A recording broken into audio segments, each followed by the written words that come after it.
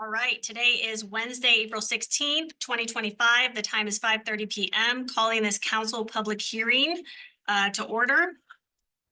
And so we're going to open this public hearing. The topic number one is appeal of planning commission denial of variances at 35732 Hankey Road, McCarter. Thank you, Mayor. So the public hearing is open. It's a quasi judicial land use hearing. The subject of this hearing is appeal AP 125 through AP 325. So 3 appeals. The planning commission's denial of 3 variances.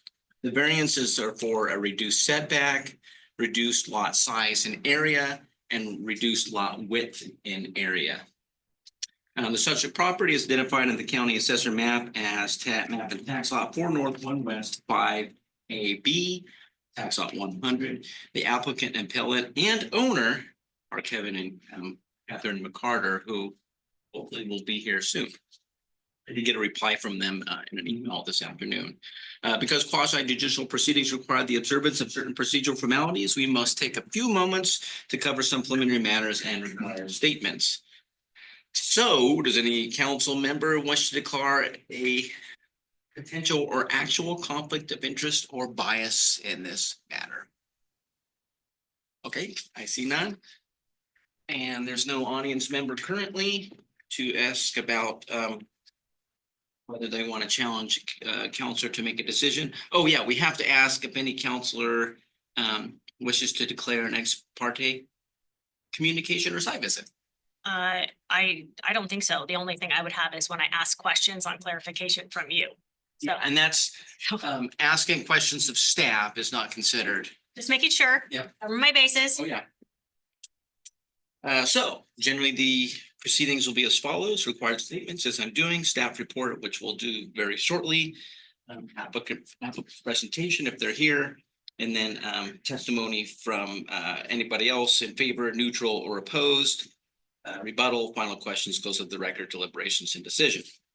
Following statements required to be made at the commencement of the hearing pursuant to City Code and Oregon Revised Statute 197797 sub 5. The substantive criteria for this decision are St. Helens Municipal Code 17-108-050 sub 1. All testimony, arguments, evidence must be directed towards the applicable substantive criteria as described or other criteria in the comprehensive plan or land use regulation which the person believes applies to the decision. Failure to raise an issue, including constitutional or other issues related to the proposed conditions of approval in this hearing in person or in writing, or failure to raise an issue accompanied by statements or evidence sufficient to afford the approval authority an opportunity to respond to the issue, precludes appeal, to LUBA, the Land Use Board of Appeals, on that issue, and precludes an action for damages in circuit court. So with that stuff out of the way, let's talk about what's going on. So I prepared a few slides. Most of this is in the report already, but I have a few others just to help you understand what's going on. And if we could zoom out a little bit, I think that would help.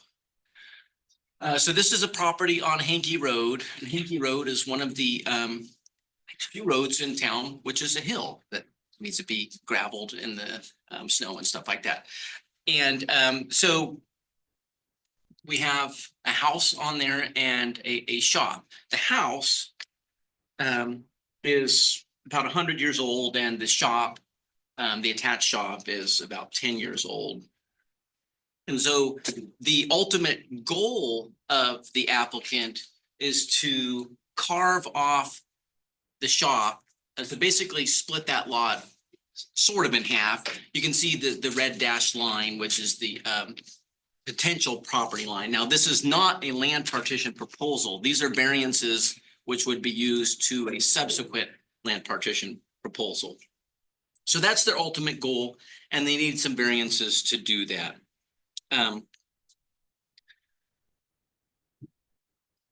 This is the same plan that was used about 10 years ago when the shop was proposed. When an access variance was proposed, and there was an access variance for the concrete drive shown on the plan there. And note on the plan the attachment that the house and the shop are attached. So the variance, let me talk about those a little bit more.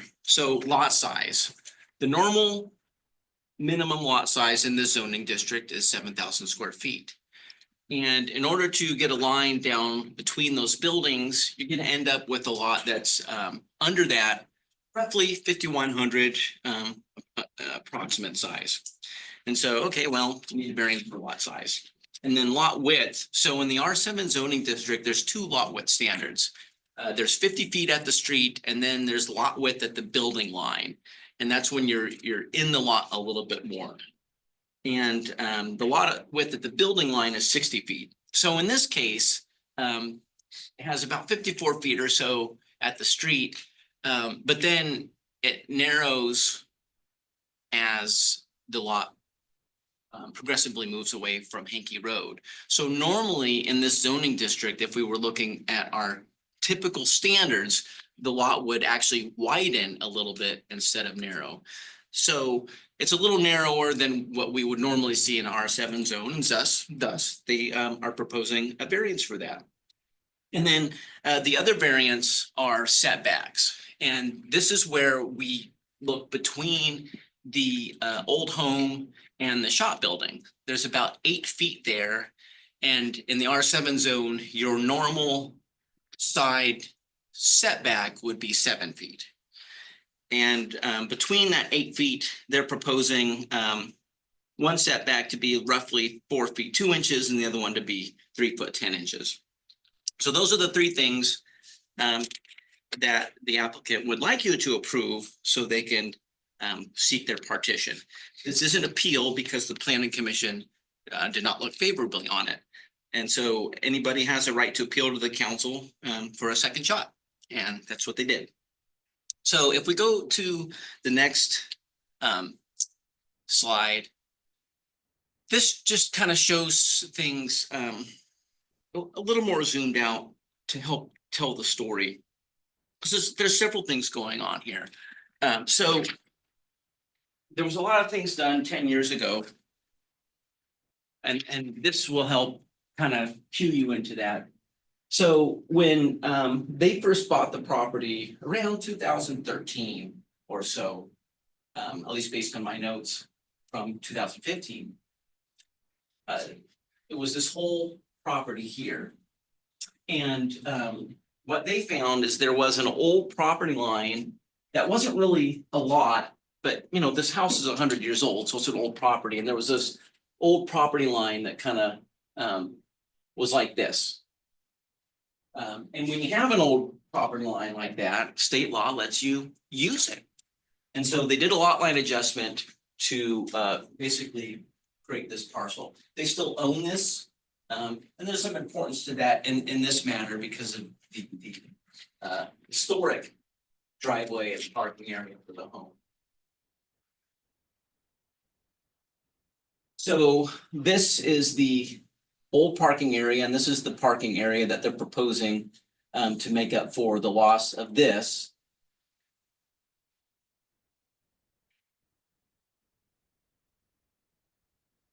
Again, the conceptual property line down the middle. And then the shop building. So that's just a good overview of the story. Where we were at 10 years ago when they bought it and wanted to do stuff with it. So the next slide, one thing that was kind of talked about a little bit at the planning commission meeting was proximity to higher density zonings. And so, well, okay, this is probably something we should visualize. And so you can see the subject property highlighted there. And generally, in the various directions that we go, you know, it's as close to around 1,800 feet and as far as close to 2,000 feet. So, you know, roughly 2,000 feet away from a zoning district that would normally allow a lot of a lesser size. So if we were in the R5 or apartment residential zone, these are higher zoning districts. The lot area and width wouldn't be a problem at all. The setbacks are smaller than what would normally be allowed in the higher density zones though. So that's something to consider. So this is just one of the things to consider is the proximity to similar lands.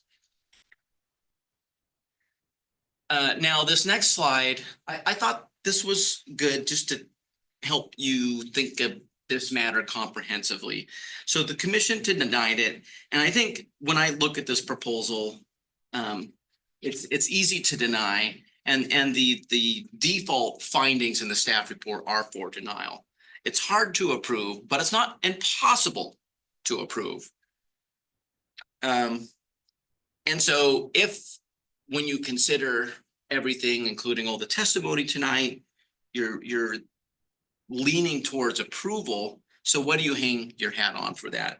And that's kind of why I produced this slide. So we have these clear and objective basic standards, which we apply cookie cutter across the board. But we have this variance process, and the variance process lets you, rip apart your head and think outside the box and look at the neighborhood to see, well, does it make sense? And so that's why we're looking at this here. So we're talking about a smaller lot, which gives, well, it's higher density. And so will that result in the feeling of higher density? Hinkie Road, if you've been up it, it's kind of on a slope. And directly across the street from the subject property is identified by the arrow. So you have a slope there, and the slope is variable in width, but at the midpoint across from the subject property, it's about 40 feet wide. And then you see two numbers there. You see a 162 and a 139.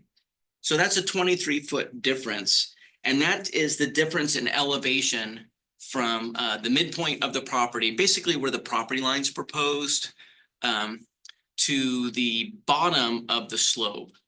So you have the situation where there's probably not going to be much development immediately adjacent to Hinkie Road. And given that absence of development, that may give the feeling of a lower density, which could be your justification for approving it if you're so inclined. And the applicant may have other ideas too. I just like to give you your options. So on the next slide, I had mentioned that in 2010, there was a lot of this effort. And so they really wanted this large shop building, and in the city for a long time. And we've talked to the Planning Commission, a few times over the years, and they've been steadfast about keeping the rules as they are, but that's the maximum size for accessory structures. So what in the heck am I talking about, accessory structure? So that is a term for buildings of secondary or accessory importance on a lot. So for in a residential neighborhood, your principal use or principal structure is your dwelling. And then any shop, barn, things like that are what are called accessory structures. And the city of St. Helens has a maximum size of 600 square feet in gross floor area. Gross floor area is important because that does include multi-floors.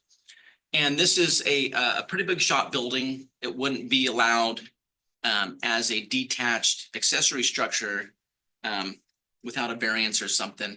And so what they did back about 10 years ago was attach the building with a covered breezeway. So that was on the plans. And when we got this proposal, we noticed, hey, God, I think that thing's not there anymore. And so if we look at this older photo and this newer one, you can see it was part of the roof structure, but it's now removed. So what does it mean for this proposal? It's probably resolvable with our current rules, just making sure that it's a bona fide dwelling. I think that's just going to be a building permit. But it makes denial easier if that's your inclination. And it's, one of the things that we have to address to allow the partition. So let's look at these buildings a little bit closer. So again, there's about 8 foot between the buildings and the property line is proposed between them. Some other issues identified with the planning commission was that this property line will go through the stairs, serving the deck. And I spoke to the applicant. They said they could just put those on the other side. And then it's going to go through that retaining wall. So that's something that will need to be resolved. And then the next slide is just looking at it from the back, just to give you an idea of what's going on between those property lines. But these are not single-story structures. They're 2-story structures pretty close together.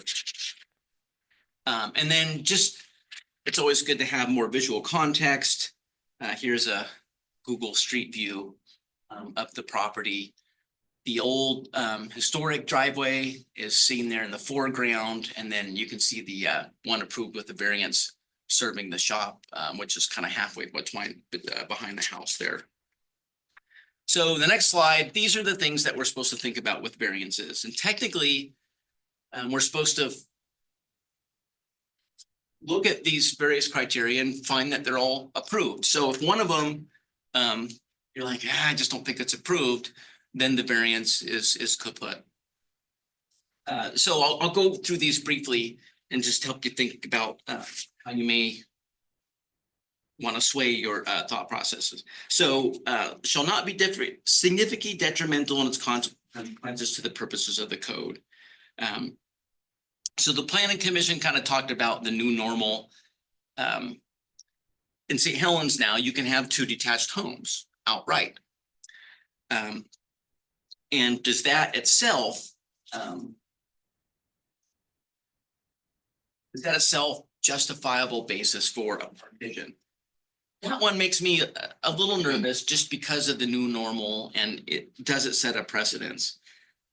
So if you do want to approve it, we don't want to, at least in my opinion, base it on the fact that there's 2 dwellings there. You could disagree with that, but it's the precedent thing that kind of worries me there. You could still base it on, the slope, less feeling of density, stuff like that. So there are special circumstances that apply to the site that justifies it. So think about whether or not you think there's something special that this property, I guess, deserves the variance. There's something weird about it that's different than others. And, you could look at that slope if you wanted to. The third one is about use. It's not a use variance. And economic use of land, government has to be careful about robbing someone of their ability to use their land for any economic purpose. And really, we're not, in either case, in this case, I don't think C is too applicable. So D, physical natural systems. Between those buildings, there are some storm concerns because that's where roof runoff is being placed. And so that's something that is probably resolvable, but it's a potential problem. And you have to imagine looking into the future. I think when you're thinking about decisions like this, it's imperative you think about not owner A and B, but D, C, E, F, G, the future owners. And how are, for example, 2 buildings that close to each other, how is that going to affect those future property owners? And then another thing about physical natural systems, when I kind of looked at this and I looked at that access variance, that gave me a little bit of a pause, because so the access variance was based on the plan that's in your report. So the house with the attached shop. And one thing that the applicant put in their variance arguments was that the old house had no garage, and it appeared this, referring to the shop, would solve many problems. And really, that's a statement that goes back to what they were doing 10 years ago. And so I think that's a good thing to talk about is, so that was resolving problems. now you're putting the parking, you're proposing to put the parking for the house back in the older place on a separate property. And a variance on top of another variance, you know, is that right or not? And then is the hardship self-imposed? Now, this is an important one because it's basically a question, not necessarily if someone intentionally did something. It could be that, but did someone back themselves into a corner with their own actions? And, you know, you could potentially argue that in this case,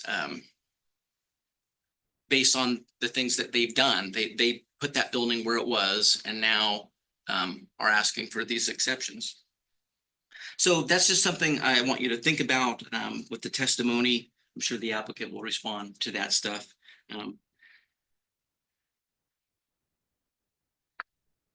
And I think, oh yeah, so then there's the minimum variance which would alleviate the hardship. So are they asking for the world or are they asking for something reasonable? That's the question to ask yourself on that one. So with that, I will conclude that part now and open it up to testimony. So that means it's the applicant's turn. I'd like to hide behind a little desk area. For us. Yeah, comfortable for me, right? So I'm gonna actually, if you could just leave this slide up, Jacob, that would be great. Sure. Yeah. Because I think it's easier just to go through these criterias to help understand. First of all, I want to say, the commission initially determined this variance would be detrimental to other properties with the same zoning district, and that characterization is in direct conflict with the law passed by the state of Oregon in 2019, which allows higher density in cities of over 10,000 people. The variance would make home ownership more affordable in the neighboring areas, leading for better economic outcomes for the community and following the law. Ultimately, one of the reasons we're asking to do this is because and I hate to jump around because I think it's confusing, but the connector that is on the old house to the garage literally makes this home a 6-bedroom, 3.5 bath home, which economically makes absolutely no sense in today's world. People don't need a house that big. They don't want a house that big. And literally, it's just not feasible. It doesn't make sense in today's economic place where we are in today. The division also creates additional tax for this city. We have 1 tax lot. We would then be creating 2, creating more revenue for the city of St. Helens. Along with that, this road is a collector road, meaning the ability to add additional properties into this section would be minimal at best.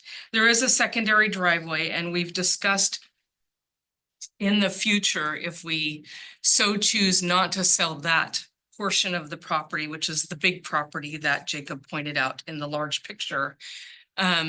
If that property were to be developed, that second driveway would have to become some kind of cul-de-sac or some kind of shared road to be able to accommodate that. And again, it's difficult because you're not walking it, but the topography is very hilly. I mean, odds of really developing that property, at least for us, is way out of our economic scope. So I don't foresee that we could do it, but maybe sometime in the future, somebody else who owns that property might. In any event, it makes that ability to build on there pretty difficult. There are other properties within a radius of 0.7 miles that currently have lot sizes roughly 4,000 to 5,000 square feet. And my question is, and of course I don't expect an answer, is that what really is part of my neighborhood? My neighbor 2 doors down has a property of roughly 5,500 square feet. In fact, 5,481 square feet. My neighbor next door to me has a home and an additional piece of property, which was originally part of my property that the previous owner sold to him that is just roughly 2,000 square feet. So we already have variances of different size lots on this street anyway. Going forward, I'm not sure what my neighborhood looks like because all of the properties in my neighborhood are varied in different sizes and shapes. Therefore, for me, it's not detrimental. It's not a consequence to the overall purpose of the code. In criteria B, it provides for special circumstances. As I pointed out before, this property is on a collector road with very limited ability to build or add additional driveways that are already in place. Nobody has control over the topography, which is on a hill and only has buildable property on one side of the road. In other words, Hankey Road can only be built on the side of the road that we're on. The other side is a cliff that drops straight down to other properties. You can't build on the other side of that road at all. There's only 3 houses on that road, 4 if you approve the split, which is my 2 neighbors and myself. That's it, up to the next development.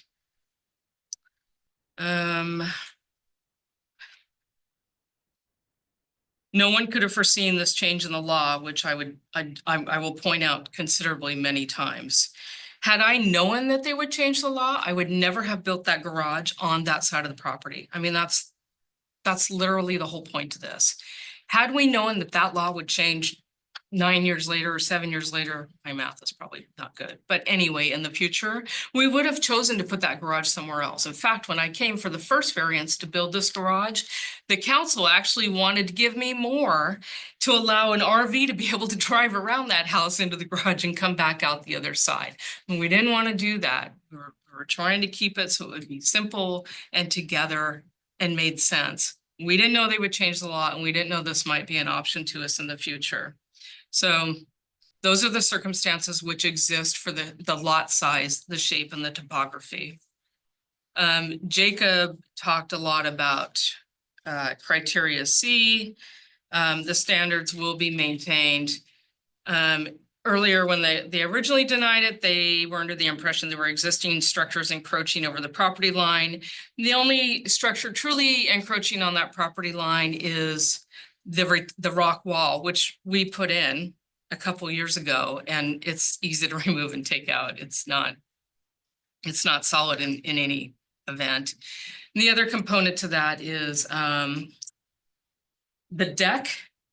If you see it up close and personal, you will know that the deck actually has 2 gates on each side of that deck. So the stairs are removable stairs and can go on either side of that deck. And there's already a gate already built into the other side of that deck. So moving those stairs, it's literally unlatching them and moving them to the other side. Criterion D is the physical and natural systems, and I want to talk about those for a minute.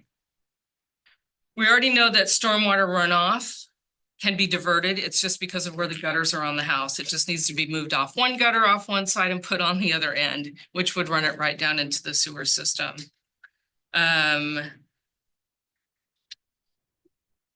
Each dwelling, so this is the other part. When we built this garage, the original council was told that they were connected to the same meters. That is not true.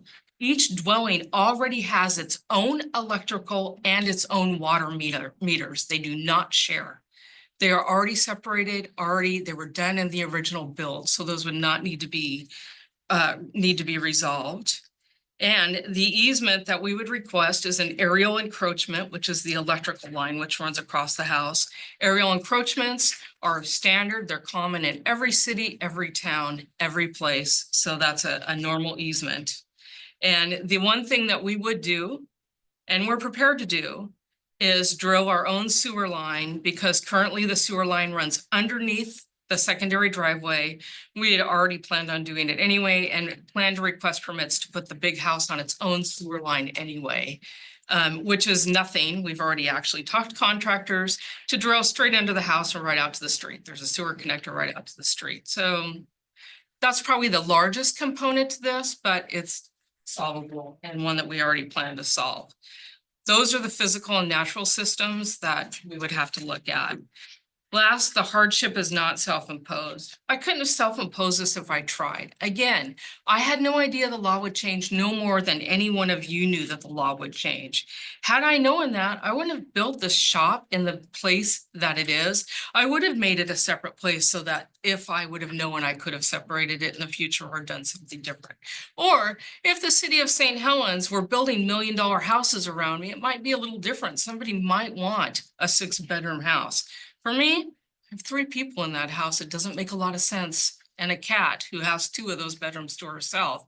Doesn't really make a lot of sense for me to have all that space and all that room. So the end of that is the law changed. It allows higher density in many cities with little population. And our goal is to separate this off. That will create more revenue for the city. It will actually create a better existence for us. We can either let go of that house or rent that house out. Personally, I will be straight up and tell you, our plan is to let go of that house. We don't want that house. It's too large for us. We hope to keep the shop in the garage so that we can live in it, retire in it. 20 years from now, we're still pretty young. We're doing our own thing, but economically it makes sense. And because that road cannot have any additional properties literally built on it based on its topography, there's nothing on the other side. There's not a whole lot that's going to happen on that road in the end anyway. We do know that we could separate the lots up above. That old driveway would have to be some kind of cul-de-sac because it's a collector road. They won't let any more driveways enter onto that road. So it's pretty much locked up where it is. And that's why we're requesting the variance.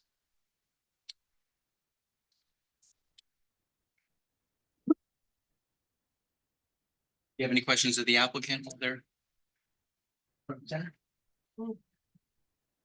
think so. I guess the only thing I would ask is, I always say that, then I have a question, is that the stuff that you suggested as far as doing the sewer and all those other things, was that presented to the planning commission during, like, when you guys were going through this as something they would consider the variance?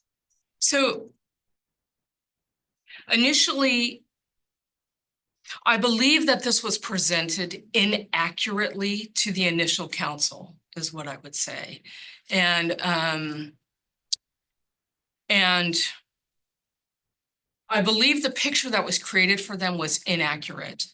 So we did, on some level, attempt to talk to the council about those, but I will tell you that what happened that night was, I believe, irresponsible and inadequate in how it was originally presented to the original council. We're talking planning commission, Or right? planning commission, yes, to the, sorry if I get that wrong. I just want to make sure that. Yeah, and there were strong language used that I disagreed with, like we destroyed our own property and things of that nature, which I will be honest with you, we were appalled and floored by the words that were presented. And when I got up here to speak, in fact, my husband was originally geared to speak.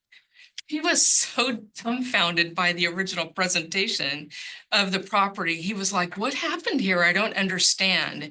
And so I want to say that I believe we presented this information, but it was not a good night for how it came about. And I'm not sure truly what was presented or heard or not heard, I guess, if I can address it that way. The utility, that stuff was addressed in the conditions of approval. As if the planning commission approved it, they were built into the conditions.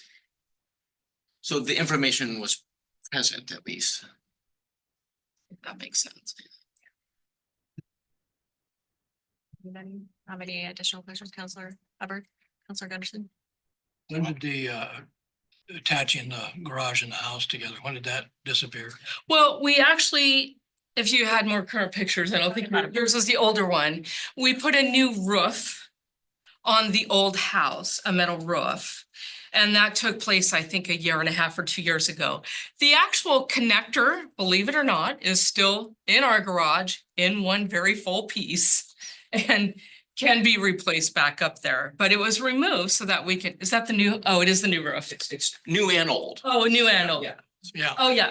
So yeah, it was removed to be able to put a new roof on the house, and that was why it was removed. It wasn't removed for any other reason other than we were trying to put a new roof on the house, so. Remember, I was on the planning commission when this came through, and I remember that being a requirement, and we dealt with a lot of, all the garages had to be attached.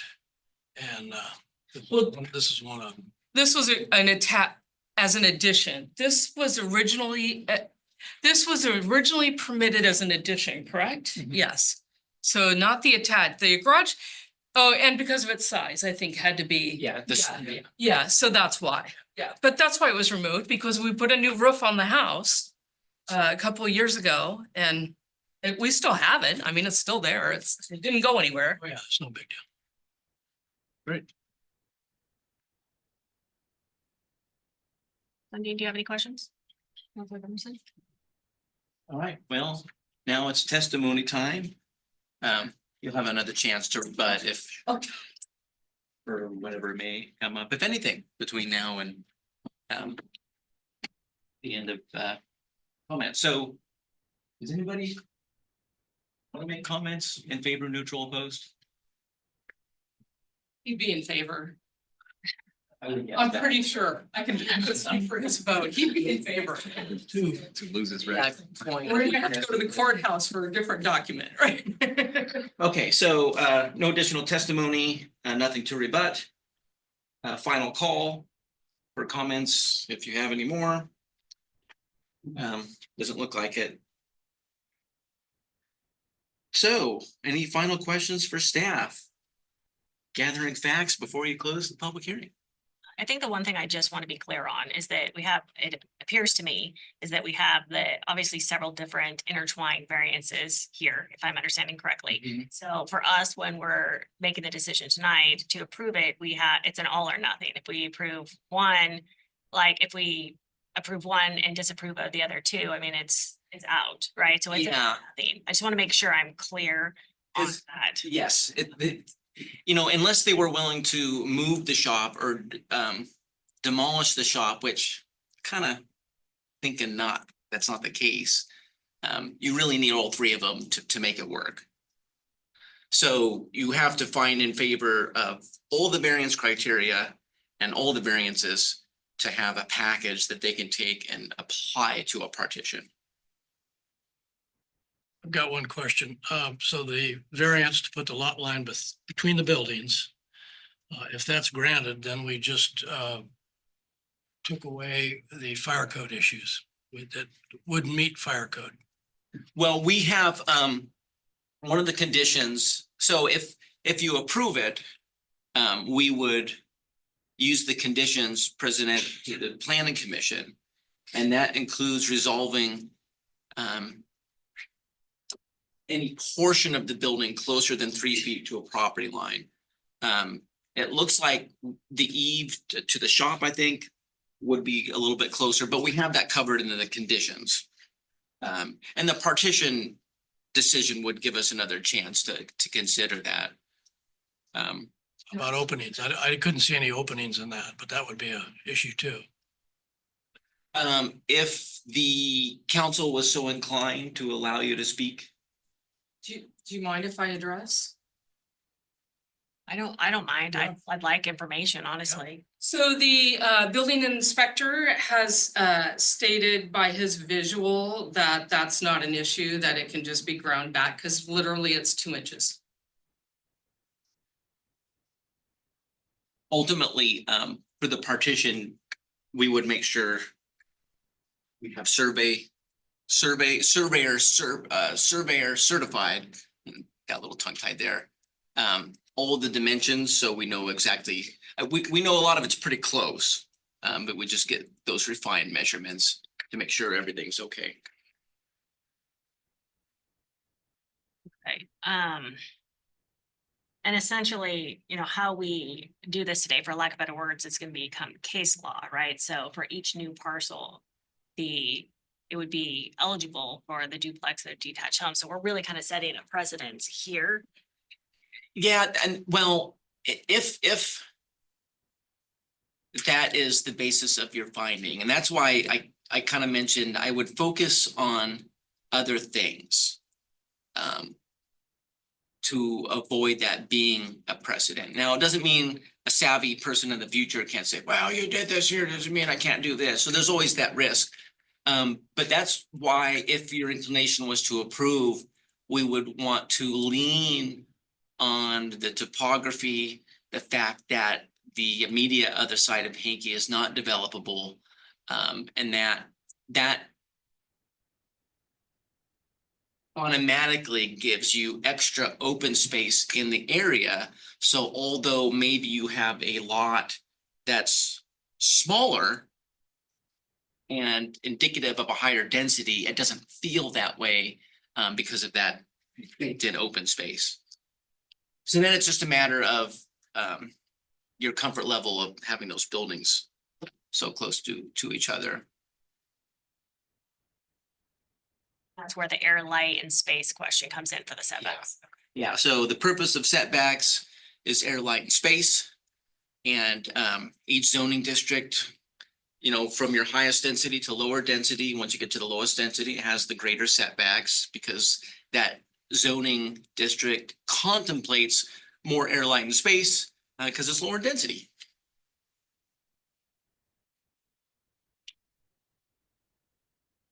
See, now you can be all planners, you know it all, and I can leave. Don't even think about it. I mean, I spent quite a bit of time trying to go through this, and it's a big decision. Unless you have any more questions of staff, just to gather more facts. Close the record and we can move on. Great. We good to go with that, Jacob? Yeah. Right, so then, this council public hearing meeting is now closed.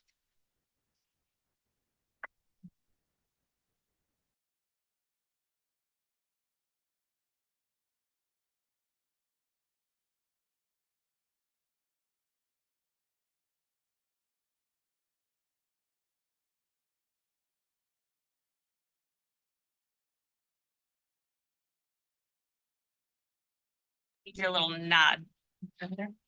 Sorry, we're running late, by the way. All right, today is Wednesday, April 16th, 2025. The time is now, 6:13 p.m. As we call this council public hearing meeting. We're going to open the public hearing meeting. So the number one topic is economic opportunities analysis. Great. Mayor Council. So I'm gonna go over the script, as Jacob did earlier in this hearing. So this is a legislative land use hearing. The subject of the hearing is to amend the comprehensive plan to include the economic opportunities analysis and related economic goals and policies.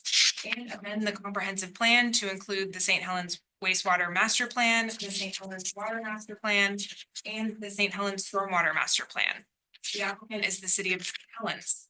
Because legislative proceedings require the observance of certain procedural formalities, we will first take a few moments to cover some preliminary matters and required statements.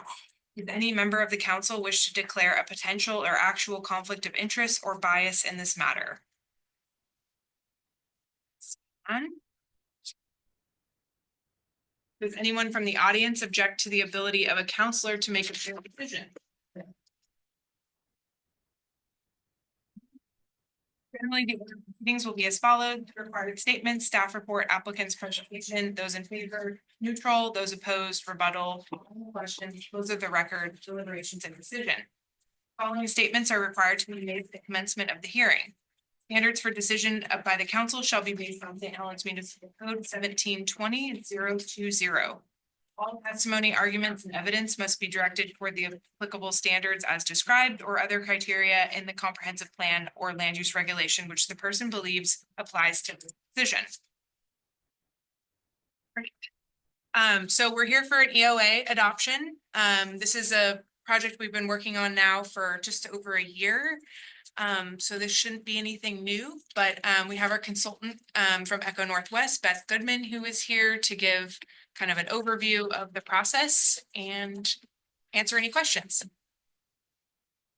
Okay, thank you very much. I'm Beth Goodman with Echo Northwest. I think all of you have heard me talk about this at least once. Am I right? Okay, all right. So I'm going to, if we can go to the next slide, I'm not going to go too slowly, but if you have questions, then you should stop me. So St. Helens is doing an EOA in part to meet legal requirements. You had an EOA that I believe staff did back in, I always forget the year, 2007-ish? Nine, okay. And so this will replace that EOA. It will be a part of your comprehensive plan, adopted into your comprehensive plan. And provide a new fact base. When you're doing things like making zoning changes, for instance, or comprehensive plan changes, this information in this EOA supports those kind of things. Of course, it's important when you're doing economic development to understand your existing conditions. So looking at your economic development strategy, which this includes some new policies and potential actions that the city could enact to implement those policies. We'll talk about them at the end of this. Looking at your land use policy. So part of this was thinking about, is there opportunity for the city to potentially rezone some land from one use to another use? And we'll talk about that a little bit. And then, of course, planning for your long-term growth. This information is all helpful in doing economic development coordination, which you guys do a lot of. And we had a lot of representation from different organizations with whom you coordinate on our project advisory committee. So in the next slide. So the product of this is your approximately 100-page economic opportunities analysis report, as well as a memorandum that's recommendations for new comprehensive plan policies and then actions to implement those. Those policies we recommend adopting into your comprehensive plan, and the actions shouldn't be in your comprehensive plan. Those should be essentially an action plan for staff to implement here over the next few years. On the next slide, please. So we aren't quite there. We are at the next, we actually are right there. Here we are in April at the last hearing. The document is finalized or nearly finalized, depending on what we hear tonight. We can, of course, make changes as needed. And the grant for this project ends at the end of May, so we have to be completed by the end of May. The next slide.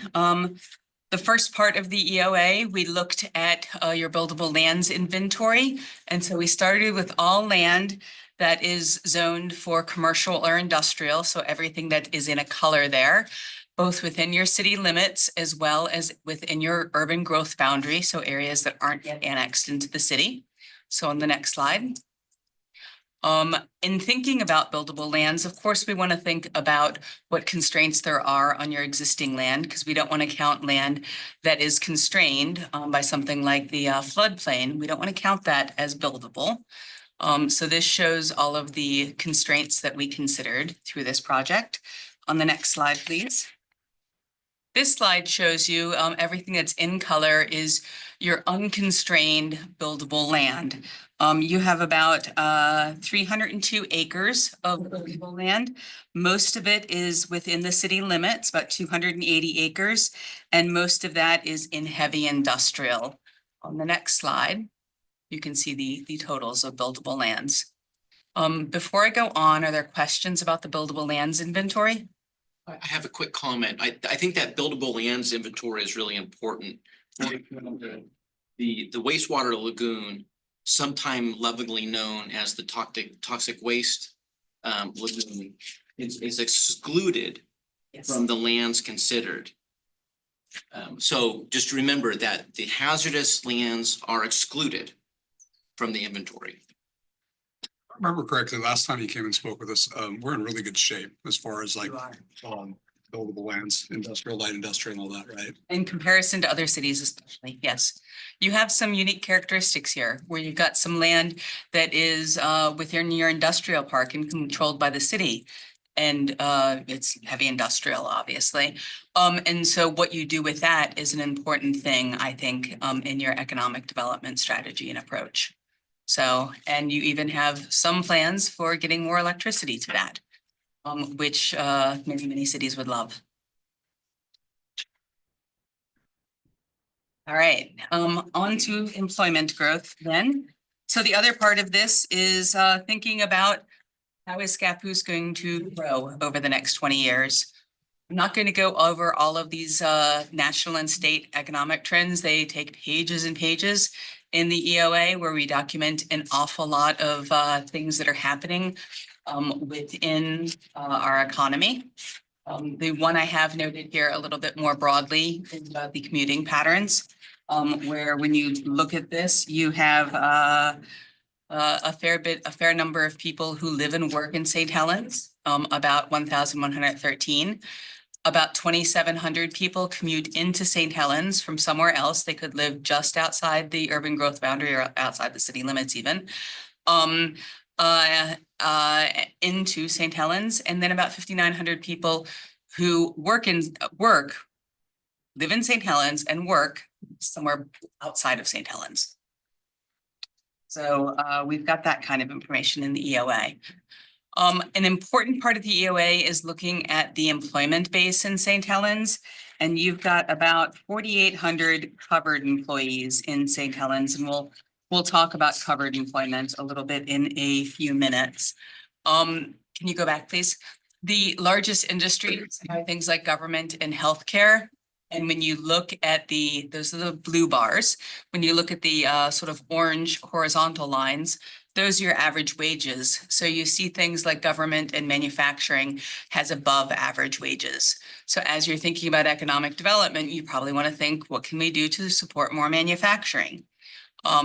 Things like retail trade and accommodations and food services, they also have a lot of employment in St. Helens. They are below average wages, but they are an important part of the local economy. So if you would like to go to the next slide, please. We thought about the economic development advantages in St. Helens, and here's very brief versions of those. Our advisory committee helped us. We started with a shorter, less helpful list. They got us to a longer, more nuanced list. And so among some of these things that really end up being important, I think your industrial land supply, your waterfront redevelopment, your tourism opportunities, of course, the quality of life is very important for your economic development future. Transportation infrastructure, you can't sneeze at that either. So next slide. So some of the economic disadvantages. You might say distance from I-5. I think that's great. That's an economic development advantage. It's also a disadvantage. If you wanted certain things like large scale warehousing to locate here, that's unlikely to happen because of the distance from I-5. Power supply issues, that's an issue for almost all cities I've been working in over the last 5 or 10 years. Your limited staff capacity at the city, you just don't have a lot of staff. You guys run fairly lean. That's a disadvantage, one we talk about in the economic development actions. On the next slide, please. We needed to think about potential growth industries, not because these are the only industries that you can grow in. I would encourage you not to think that way, but to make sure that for the things that we thought were likely to grow here, you had land that was appropriate for them with characteristics that are appropriate. So a lot of emphasis on manufacturing of varying types. On the next slide, please. Here we estimate your total employment in St. Helens. So we can get information about covered employment. That's the first column there with all the numbers, about 4,800 covered employees. And that is people who are covered by unemployment insurance. Unemployment insurance, of course, doesn't include all workers. That information is not available, total employment at the city level. So we have to estimate it based on some county, Columbia County statistics. And so we use the percent of covered to total employment at the county level to help us estimate up the total number of employees so that when we're forecasting from something that's closer to what would be a more accurate base of employment. So about 7,100 new employees. On the next slide, please. We thought about a few different growth rates. We looked at the historic growth rate for employment since 2008. That was about 0.13% per year. It's very slow growth. We looked at the population forecast for the city. about 0.47% per year. That's a little more moderate. And then we looked at the regional employment growth rate, and that's the one that we settled on in discussions with the advisory committee and prior discussions with the Planning Commission and City Council. That suggests that what St. Helens would add about 1,400 new employees between 2025 and 2045. I'll be honest with you, that's a little bit ambitious, but there's no reason that you can't be a little bit ambitious on this. This is a growth rate that is considered a safe harbor. In other words, you're allowed to use this growth rate. And if for whatever reason, somebody took you to court on this, which they're not likely to on an EOA, we've applied the safe harbor properly. So they would, you would automatically win on that essentially. So when we looked at the amount of buildable lands inventory that you have and the amount of employment growth from those 1,400 new employees, we found that you had enough employment land to meet your 20-year expectation of growth. You've got about 200 acres of industrial land that's surplus, that's beyond what you'd strictly need in this 20 years. So if you grow faster for industrial sorts of employment, there's not really a problem there. As long as you have services to that land, and as long as there's not something else preventing that land from developing. So your landowners, of course, have to be willing to have their land developed in order for it to be used. You've only got 4 acres of surplus commercial land, so you're just barely have enough commercial land, which suggests that you should think about how you manage your commercial land and maybe look for opportunities to rezone some of your industrial land for commercial uses in a very deliberate sort of way, which we'll talk about in a few moments. Before I go on to recommendations, are there any questions about the employment forecast and the conclusions? That last page, Beth, what would be the bare minimum of industrial land to meet this sufficient category? So I would have to do a little bit of math in my head, which I might be able to do. I also might not. 214 acres less than you have is the answer. Let's see. It's fine, I was just wondering.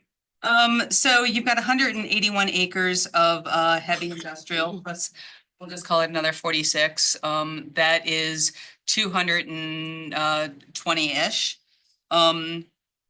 And then a little bit more, 220, like 275 or so acres of industrial land, 250 to 275. So you've got a lot more than you need to meet the employment growth forecast. So more than twice. I can say that with a lot of confidence. Mm-hmm. Are there any other questions? The thing I'd have is, what is the recommendation for how many acres for commercial land? So are you asking what's the recommendation? We got 4 right now, and you're saying maybe we should possibly look at. Okay. What does that look like? Can I talk about that in the context of the policies? So if we go into the policies, so the first policy is goal A, encourage the growth of a healthy, stable, and diversified economic base. So, you know, some of the policies, there's many more policies than what I'm talking about here. Some of these policies are about how you support growth of employment. One of the actions suggested, and this is not something you're adopting these actions. This is something that the city can do as it chooses to or chooses not to do. We recommend hiring a community development specialist to improve coordination of the organizations and businesses to basically support economic development.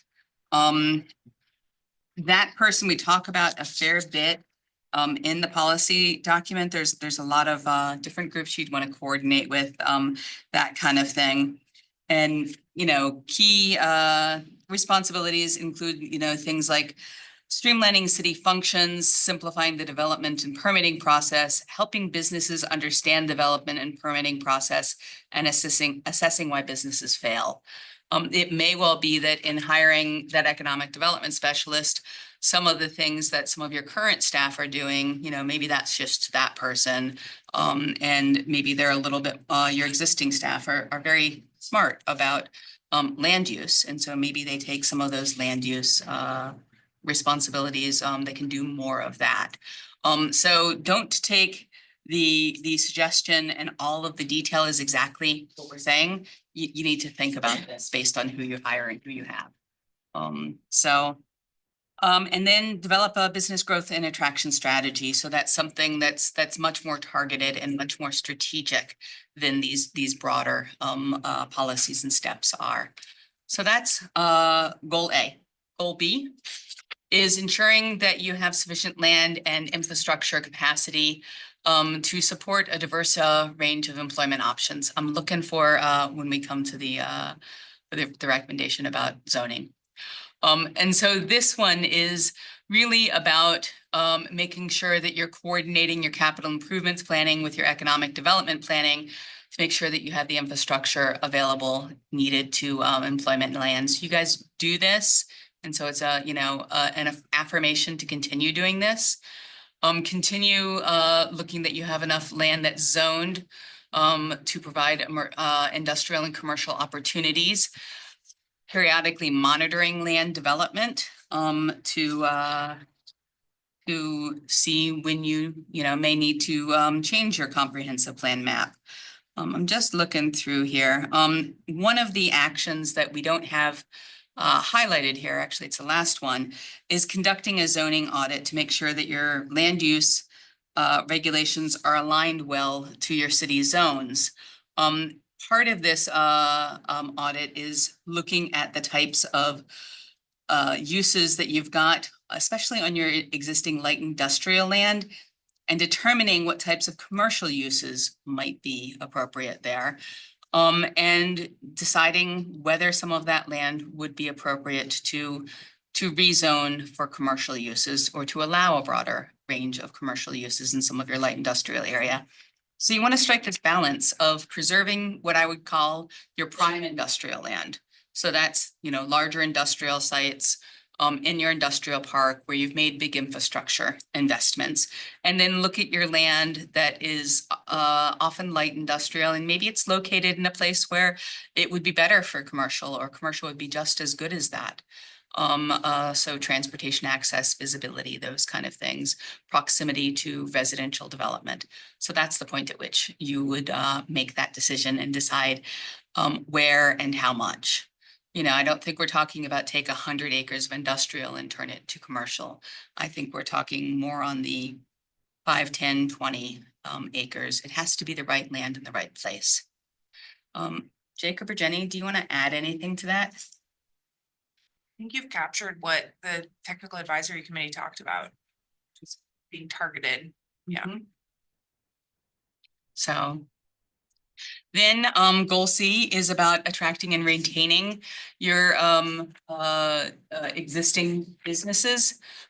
Looking at businesses that have higher than average wage and job creation.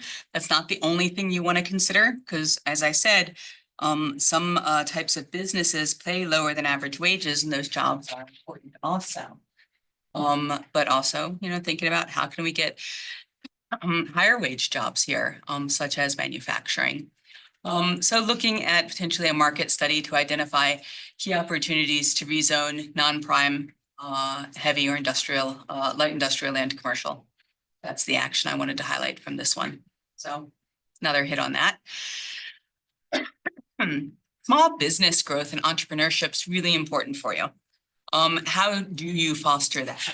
And so it's partnering with organizations that you already partner with and you have here who are providing value to you, like Growing Rural Oregon, Greater, what a funny name.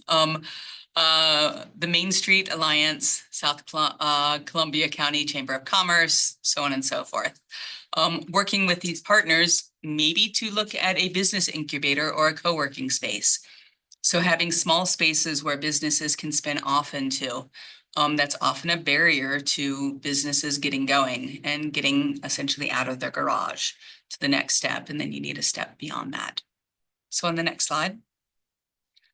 Fostering vibrant commercial zones with a mixture of retail and service options that serve the needs of the residents and enhance your destination appeal. So thinking about implementation of the US 30 and Columbia Boulevard St. Helens Street Corridor Master Plan and the Riverfront Connector Plan to better enhance and connect your riverfront and your Halton business districts through improved wayfinding, transportation links, that kind of thing. And then one of the themes in some of the discussion was, don't forget the Halton Business District. Our riverfront's pretty exciting, well, I'm excited by it. And there's a lot to say about it. But don't forget your existing business district also. And then enhance tourism as an economic driver. So look at ways to get year-round tourism. So to extend beyond Halloween, which you guys have in the bag. So working with the tourism consultant to develop a comprehensive tourism strategy. Looking at opportunities to grow sports fishing, kayaking, windsurfing activities, and other water-based activities. So you have this wonderful waterfront, let's use it. And those were the high levels. There's a lot more in the actions than that. It'll keep you keep you all busy and out of trouble. And that's what I had for you. I'm happy to answer questions. Anybody have any questions? Okay. Right. Well, Jenny? Anything else? I just wanted to point out, I said it in the script, but it's not only the adoption of the economic opportunities analysis tonight. We have a recommendation to adopt our utility master plans by ordinance into our comprehensive plan. Those were created in 2019 and 2020. We've been utilizing them as tools for staff since then, but we only adopted those by resolution when we first adopted them. And so this is just going to give more leverage and tools for staff. It's a stronger way to adopt them. And that was recommended by the Department of Land Conservation and Development when they saw that they were just adopted by resolution. So best practice, adopt your utility master plans by ordinance. So it's a lot of master plans tonight for adoption. That's it.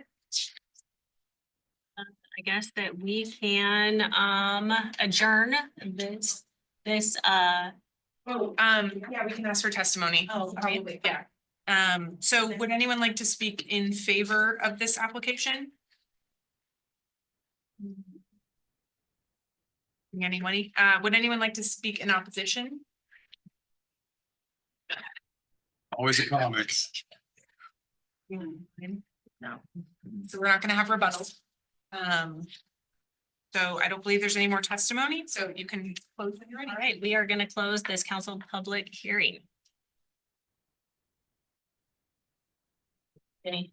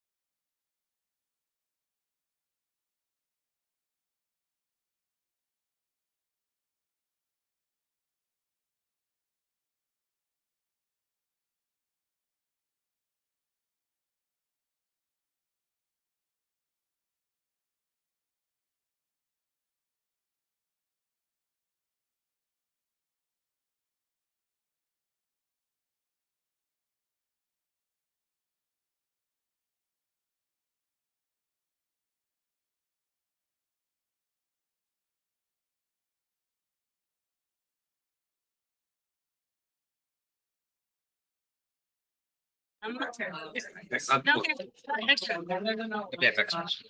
I took them and.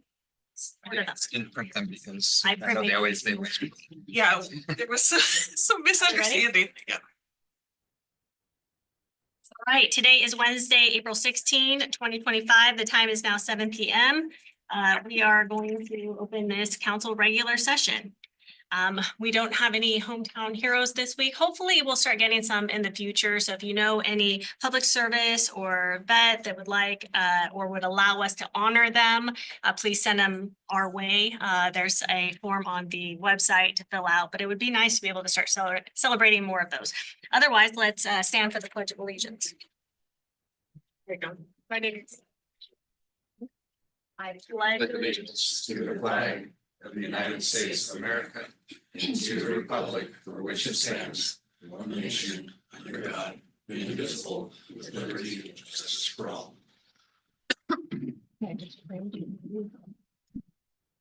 All right, so we have a couple of proclamations we'll dive into here. The first one is National Library Week. Now, we are a little bit tardy on this one.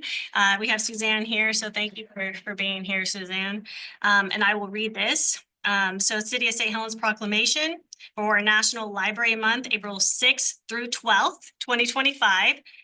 Whereas the St. Helens Public Library sparks creativity, fuels imagination, and inspires lifelong learning, offers a space where individuals of all ages can explore new ideas and be drawn into new possibilities. And whereas the City of St. Helens Public Library serves as a vibrant community hub, connecting people with knowledge, technology, and resources while fostering civic engagement, critical thinking, and lifelong learning. And whereas the St. Helens Public Library provides free and equitable access to books, digital tools, innovative programming, ensuring all individuals, regardless of the background, have the support they need to learn, connect, and thrive. And whereas the City of St. Helens Public Library partners with schools, businesses, and organizations, connecting the dots to maximize resources, increase efficiency, and expand access to essential services, strengthening the entire community. And whereas the St. Helens Public Library empowers job seekers, entrepreneurs, and lifelong learners by providing access to resources, training, and opportunities that support career growth and economic success. And whereas the St. Helens Public Library provides the makerspace, an innovative place for adults and children to explore and learn how to use equipment like 3D printers and sewing machines, expanding their knowledge and experience for leisure or entrepreneurial endeavors. And whereas the St. Helens City Public Library librarians and library workers nurture young minds through storytime, STEAM programs, literacy initiatives, fostering curiosity and love of learning that lasts a lifetime. And whereas the City of St. Helens Public Library protects the right to read, think, and explore without censorship, standing as champions of intellectual freedom and free expression. And whereas the St. Helens Public Library dedicated librarians and library workers provide welcoming spaces that inspire discovery, collaboration, and creativity for all. And whereas the libraries, librarians, and library workers across the country are joining together to celebrate National Library Week under the theme Drawn to the Library. Now, therefore, I, Jennifer Massey, the mayor of City of St. Helens, do here proclaim April 6th through the 12th, 2025 as National Library Week. I encourage all residents to visit the St. Helens Public Library, explore its resources, and celebrate all the ways the library draws us together as a community. In witness thereof too, I set my hand and caused the seal of the City of St. Helens to be affixed to the St. Helens City Hall on the 16th day of April 2025. So thank you for being here, and if you can, head over to the library and check it out. And next year, we'll do it ahead of time. All right, we have another proclamation. So this one is Child Abuse Prevention Month, April 2025. So City of St. Helens, Oregon proclamation, Child Abuse Prevention Month, April 2025. Whereas more than 1,300 annual reports of child abuse or neglect on behalf of children in Columbia County in the most recent data. And whereas 248 children in Columbia County received child abuse intervention services. And whereas 84 of these children were from the city of St. Helens. Whereas more than 176 children in Columbia County spend their time in foster care every year. And whereas the child abuse prevention in this community is a community responsibility, and finding solutions depend on the involvement among all people. And whereas communities must make every effort to promote programs that benefit children and their families. Whereas effective child abuse prevention programs succeed because of partnerships among agencies, schools, religious organizations, law enforcement agencies, and the business community. And whereas trusted friends and active community members can help ensure that families get the support they need by offering their time and resources, taking an active role in children's lives, and fostering a safe environment for young people to learn and grow. Now, I, Jennifer Massey, Mayor of City of St. Helens, do hereby proclaim the month of April 2025 to be Child Abuse Prevention Month in St. Helens, Oregon, and urge all citizens to work together to help reduce child abuse and neglect significantly in years to come. In witness thereof, I have hereunto set my hand and caused the seal of the city of St. Helens to be affixed at St. Helens City Hall on the 16th day of April 2025.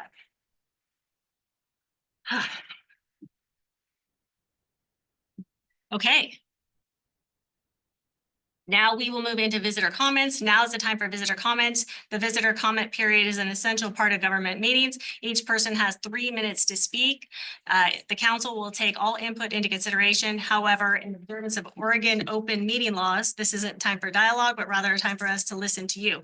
Our city administrator and city recorder are taking notes of action if needed, and will follow up with you. Please make sure that you provided contact information on the sign-in sheet at the back of the room. And when you come up, please state your name for the record, and please keep it 3 minutes or less. First public comment.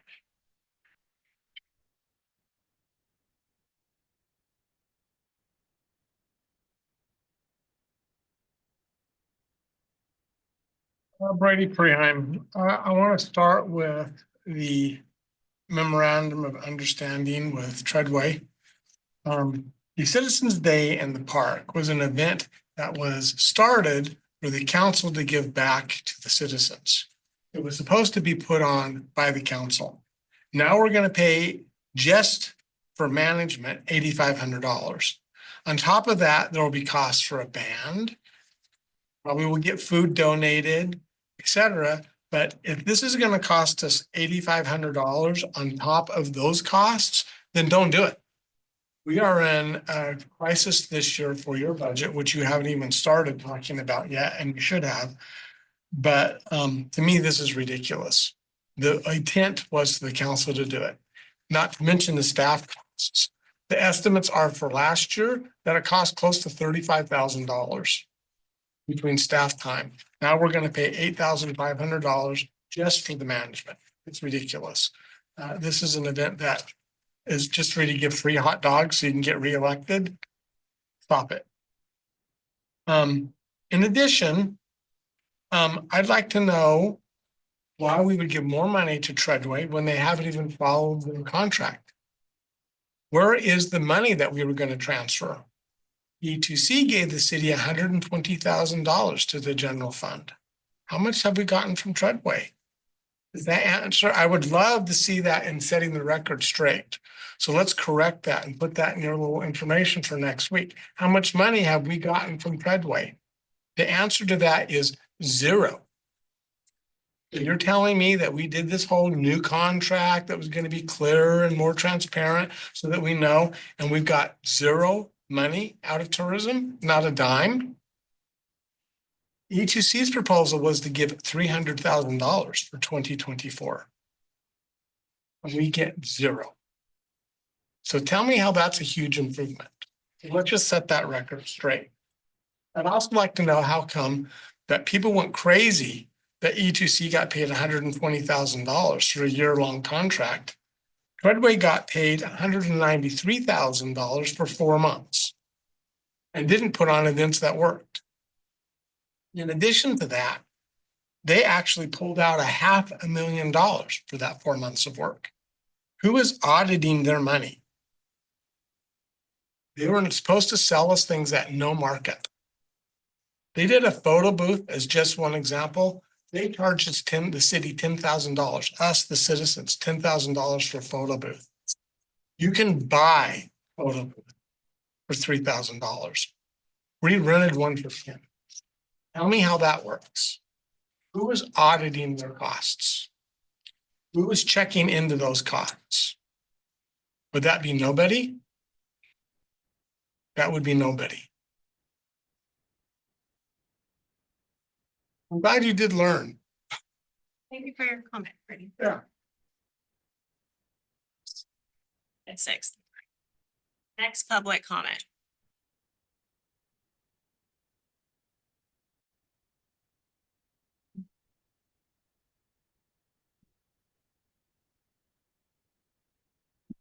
Adam St. Pierre. So earlier today, somebody came on here bitching, complaining, wanted to pitch their website that they're building, whatever. Apparently there's gonna be an investigation now. That's awesome. It'd be nice because, I know who's pushing that, and that's the same cast of characters who don't know the difference between an allegation, accusation, facts, evidence. Because all we've ever heard so far is accusations, allegations. But, for that, there's a lot of facts and evidence to dispute all those claims. So pretty awesome. I think it'll be great that, Jen may actually get to be interviewed for once rather than have a one-sided narrative being pushed. I think that'd be pretty nice. But, you as counsel, I would imagine you have a different idea of what's going on because you've probably seen some of those facts, some of those evidence, because there's been lawyers involved for a couple of months now. So I know you guys can't say anything, and I don't know because I'm not, part of that, but, just the assumption would be you've seen some of those things because I know they exist because I saw a lot of them prior to any of that, but I don't know what's happened since then. So, but, let's just remember the source of all these accusations and allegations and remember that there's yet to be facts or evidence presented. There's been some cut up text messages, but there's not been anything substantiated. So, thank you. Next public comment.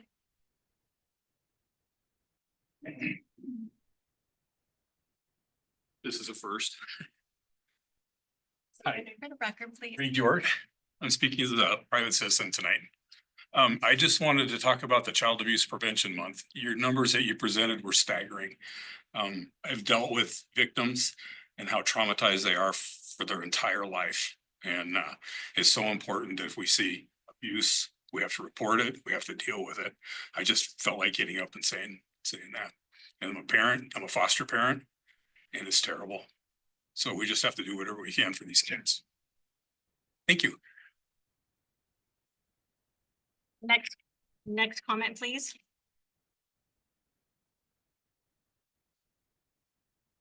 we have anybody online? All right. So we're going to move into deliberations. So number 3, appeal of planning commission denial of variances at 35732 Hankey Road, McCarter. So I suppose that this is me taking a lead on this. Well, what you want to do? Yeah, I mean, we had a public hearing today on this appeal. And it was, I think it was pretty fresh in our minds from not that long ago. So I'd like to get your feedback on that. We'll start with Councilor Hubbard. Do you have an opinion?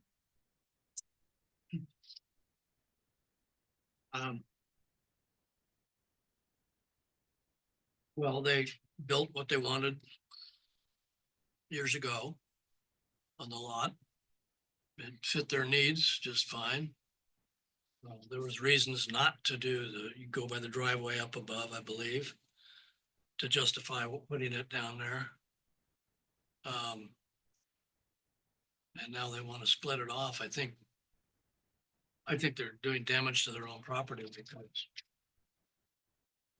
selling that big house and no garage, it's not as saleable as the garage and that, so. That's not for me to decide. I think it creates a parcel that doesn't really fit. So close. I mean, my only issue is the closeness. I mean, the variances for different, the other variances are fine. But it's just the proximity right next to that other house. All I got.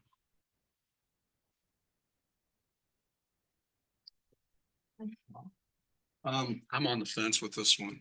I can see it both ways, but it doesn't really make sense to me. Like looking at the whole picture with it being so close like that, I don't know. I don't. I tend to side with the planning commission on this one. That's what they're there for. It's a tough one.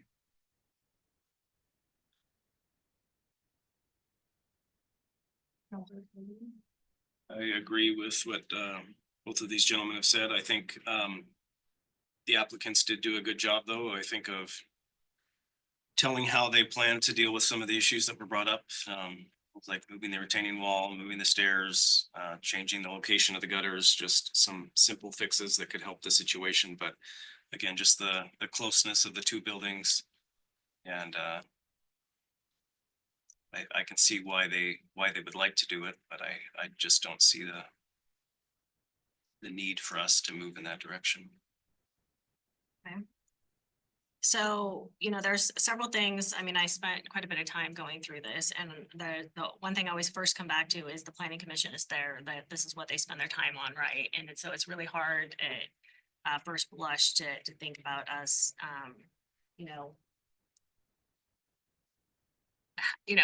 going with this appeal when, it feels like that's what their specialty is, right? They've gone through this more, I think, in depth and in the weeds than us. Then there are certain things that have come up that, that I'm also curious about. I liked the presentation, the fact that it's, it's kind of a unique piece of property on a case by case basis because you have, nothing buildable on the other side of the road, right? So when we're looking at the air light, the density that comes into play, like, would we really be setting a precedence by allowing that project to be split? Even though, like, there's two buildings there, personally, I would not want to buy, something that was that close necessarily, but that would be up to a buyer and a seller that they would know what they're getting into. I had concerns when I first looked at this about because I don't recall seeing in the requirements about how to deal with the utilities and separate those out, and that would be part of the permit process, right? But if there is any of those, issues, that's a concern for me as well. So I struggle with this one because I think it's kind of a unique set of I think it's a unique property where it's sitting right now. They had a breezeway on there because of the accessory dwelling that required because the lot size. That's not an issue for me that it wasn't like on there. I think that's not a red flag. But when it comes into, we're looking at three intertwined variances, we're definitely looking at this as a unique situation on the size of the property. But then also the argument, the testimony was the other neighbors have approximately 5,000 square foot parcels in addition to the 7,000. I just wish that there was a way, to positively reband it back to the planning commission. And it's just like, can there be more work done here? That's what I'm curious about. Was all the information really presented, understood, like meaning that the applicants, were they? That's the direction I'm going, is remand it to planning commission to, I don't know what they could answer for us though, I'm trying to think, but it means that we're fairly on the fence. The utilities, I mean, I think that the sticking point, right, if I'm hearing correctly, is the fact that the planning commission has issued their verdict, so to speak. And then we're looking at this, I think that it's a general consensus that the buildings are super close. So when we're looking at the requirement for air light, the air light space question that comes up, that's really where that's at, right? If the setbacks are extremely different. Yeah, But again, those are bigger parcels of property out there. It's not like, so I feel like it's so unique because of the hill on Hingy and that you can't build on the other side. Are we really dealing with a density?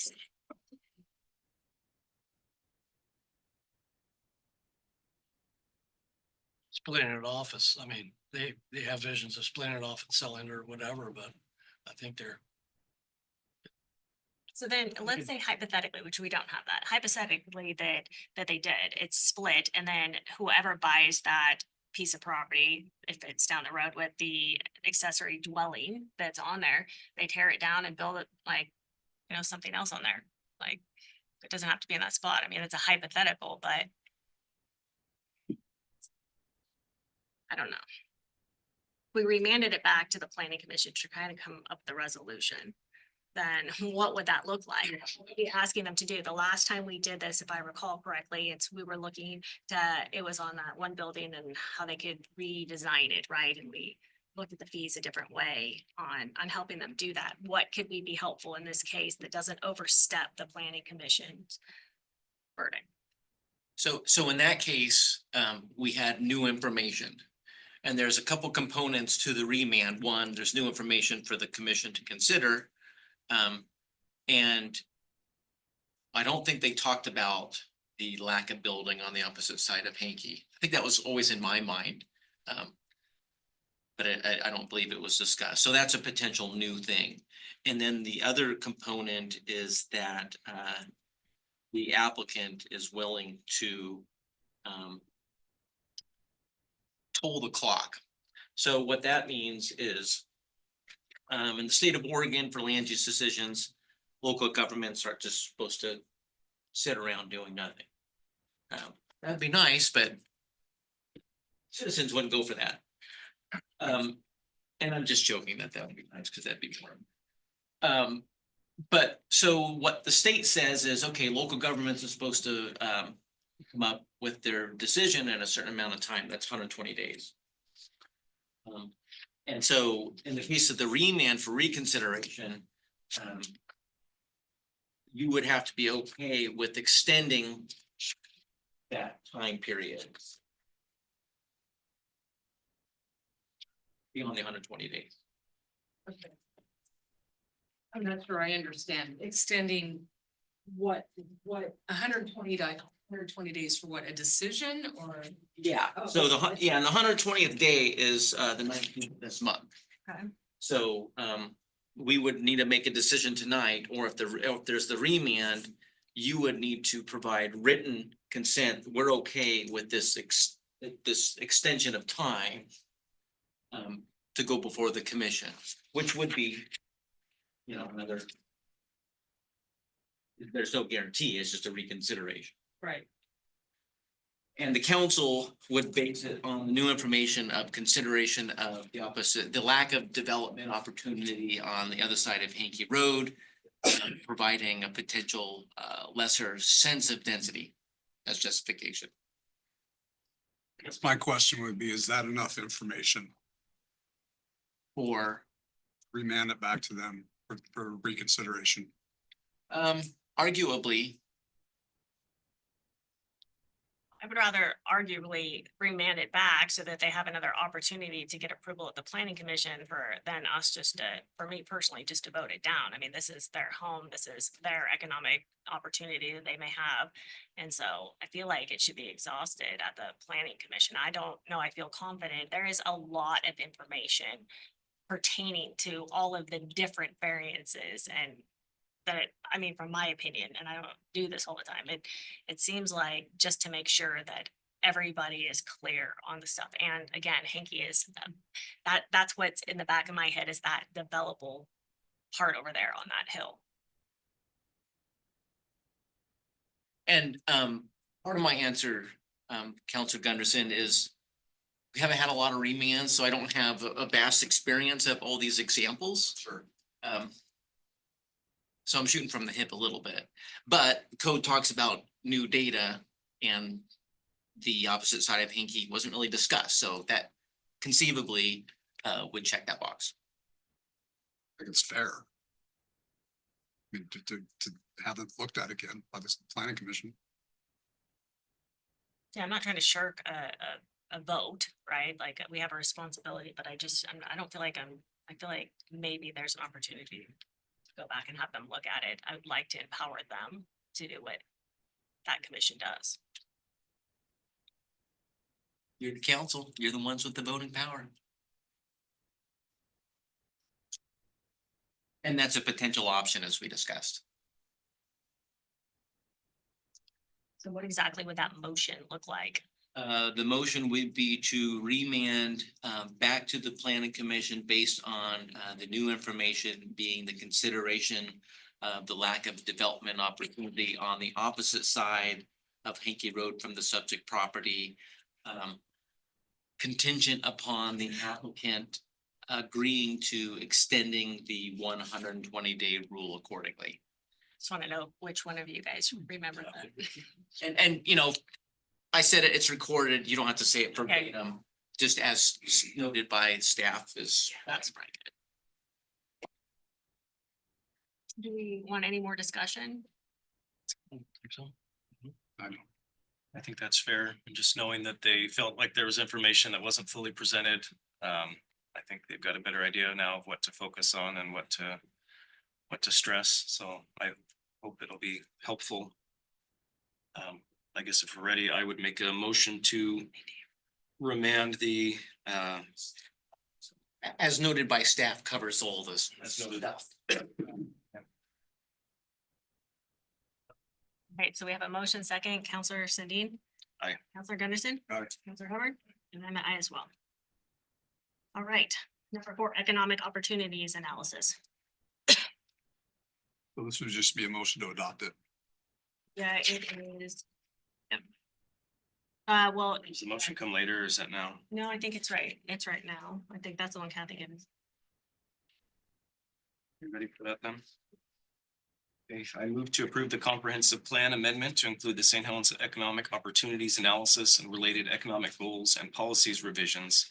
And amend the comprehensive plan to include the St. Helens wastewater master plan, St. Helens water master plan, and St. Helens stormwater master plan as recommended by the planning commission and staff. Second that. Okay, we have a motion, a second, Counselor Sandin. Aye. Counselor Gunderson. Aye. Counselor Hubbard. Aye. And I'm an aye as well. Okay, we've been authorized for signature. Number 5, amendment number 4 to agreement with McKinsey Engineering for Public Safety Facility Services. Motion to approve and authorize for signature the amendment number 4 to agreement with McKenzie Engineering. Second that. Okay, we have a motion, a second, Counselor Sandin. Aye. Counselor Gunderson. Aye. Counselor Hubbard. Aye. And I'm an aye as well. Number 6, extend agreement with Aaron Martin for pro tem judicial services to April 30th. Motion to approve and extend the agreement with Aaron Martin for pro tem judicial services. I will second that with discussion. Thank you. That's what I was gonna say. I'm not exactly sure.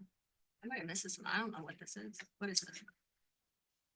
So Judge Lincoln is our primary judge when she has a conflict, whether it's schedule conflict or an actual conflict that we have bring in a pro tem judge. Oh. With this temporary judge, and Aaron Martin has agreed to do those services. He had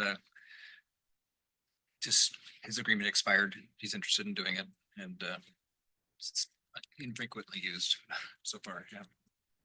Oh, and it's through April 2026. I was thinking at the end of this month, I was like, oh, what's the point of that?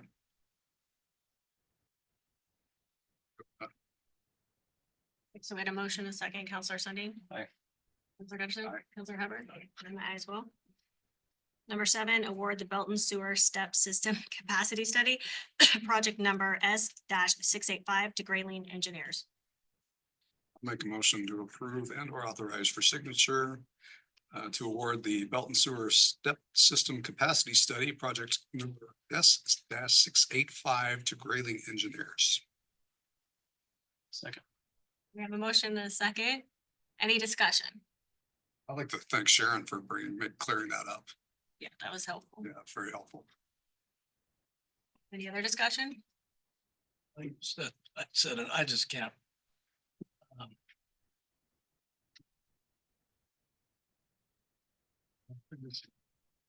I mean, going through that, I didn't care for the two, the price tag that came along with it, but the capacity evaluation, like the fact we heard from the Public Works Director that there's not another necessarily priority that would take this, be in lieu of this, and the fact that it was part of the other budget. And it always seems like to me that we're being reactionary. So there's part of me that's really likes the fact that we would actually know what we don't know right now. Like if somebody did come into the picture, we don't know the capacity of that. So we're not giving the staff tools to make any type of determinations because we just don't know.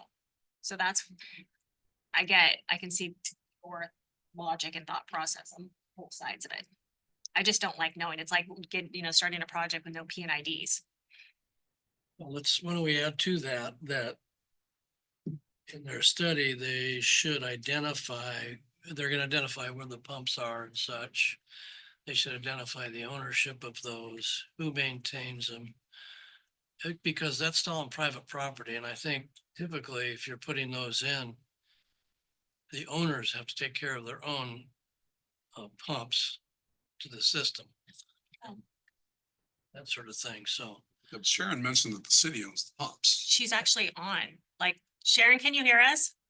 Yeah.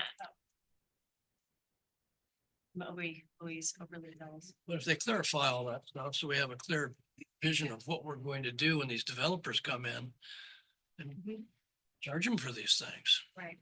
I get slammed every time, but hooking everything up, so. Yes, I wanted to clarify, Counselor Gunderson is correct. So the city owns the pumps. We own the pumps, the valves, the lines, and all the appurtenances, even if it's on private property, everything that's connected to the step system. That's in our code. So if we own it, Sharon, though, are we required to maintain it, or is there some part that So the code says that the property owner maintains it. That doesn't mean that there isn't a liability for the city because we own it, and that's something I already actually sent the code to the attorney this afternoon so they could review it, because like I said, that's a very kind of like a really kind of grayish kind of area that's probably not the best legal position for the city to have, where it's owned but maintained by someone else. But for right now, that is what it is. And it's in our code that we own those pumps, we own those lines, we own all the appurtenances that's connected to it, but that the property owner is responsible for maintaining it.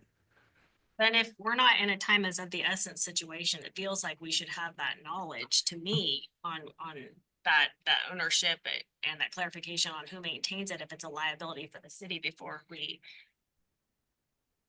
we'll have all the facts before we approve it. And this study will clear all that up. Yeah, but is there, It also gives a tool for these Yeah. specialists. They're going in to go, okay, this is what it's gonna happen, what it's gonna be. So we divide the city out of that, Yeah. out of their pumps in their yards. Mhm. I mean, that's typically what's happened. It's if it's in your yard, the pump, whatever, that's that. And the line is the city's, property, so. Well, and just to be clear, this is more than just defining the ownership of this. I mean, we already know that per code. This is to determine the capacity of the line, to determine future connections to it as well, and the condition of not just those private pump lines, but also the public 2-inch line as well. So it's a lot bigger. It's a lot bigger than just the pumps on the private property. well, in identifying where the other pumps are, right? Because if I recall, we have Yes. 11, but Yeah. we only know where 8 are currently. Mm-hmm. I guess I would come back to make sure that council feels confident in the decision. It's not going to hurt anything if we actually have this additional information you're getting from the attorney and then revisit it. I mean, I don't like kicking cans down the road, but I also think we should do our due diligence. So, Just get a policy together about the pumping and that sort of thing and make their job you have something. defined. It's, the two efforts could proceed simultaneously. One's a legal responsibility, the other's more of a technical track. That's what I would think. Yes, correct. And I want to say that we do have Grayling ready to do this work. We can't keep putting it off. We might lose them on that because, time is of the essence. We've been already 4 weeks back delayed because of this. And like John said, these two can be done simultaneously. One doesn't depend on the other. Yeah, I don't prescribe to the being hamstringed or things like that. So that part I'm not worried about, but I do agree with the fact of the capacity. We have to know what we have, and right now we don't have the tools. We don't know. I have a quick story, Jacob? and I know you want to talk quick, but That he was going back. I am honest here. So this came up several years ago when we had a land partition proposal on Belton Road. And that was, it was a 2-parcel partition, but it's one that went nuclear because of the neighbors and stuff like that. But so when we got that proposal, we were dealing with the step system. And so we're kind of scratching our heads. So, all right, what we need as part of the application is an engineer to attest to the fact that there's greater capacity. So they provided us something. I remember talking with Sue Nelson when she was still here. Someone can say this, but we really don't have any basis to prove it or otherwise. And so we're somewhat blind in these decisions, relying on someone without that secondary information to make sure it's accurate. And then, over the course of several years, this has been in this discussion. And so the genesis of what you're being asked for tonight actually goes back several years. And I don't know if Sharon covered that. I didn't listen to her presentation, but I just felt it wise to share my experience with it too. Sharon, part of this, and I should have asked earlier, but part of this capacity is the 1,760 feet approximate lineal feet PVC. That's also the structural integrity is going to be reviewed during that period of time with this as well. I mean, generally PVC should last approximately like 100 years underground, but is that going to be part of this as well? Yes, we're going to be looking at the condition of the pipe, the pumps, mapping out all of the locations, including doing the hydraulic analysis of it so we could know how many more connections that we can have to it. But yeah, it includes the entire step system, not just where the connections are.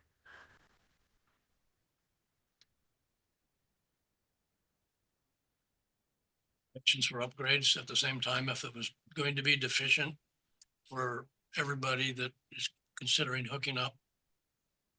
Did you hear that, Sharon? I did. That's something that we would have to discuss with the consultant.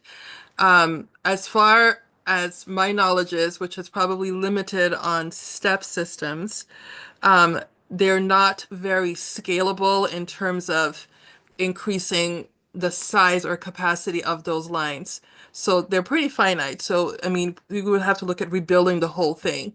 And so, I mean, that's one of the reasons why a lot of public agencies don't build systems like this.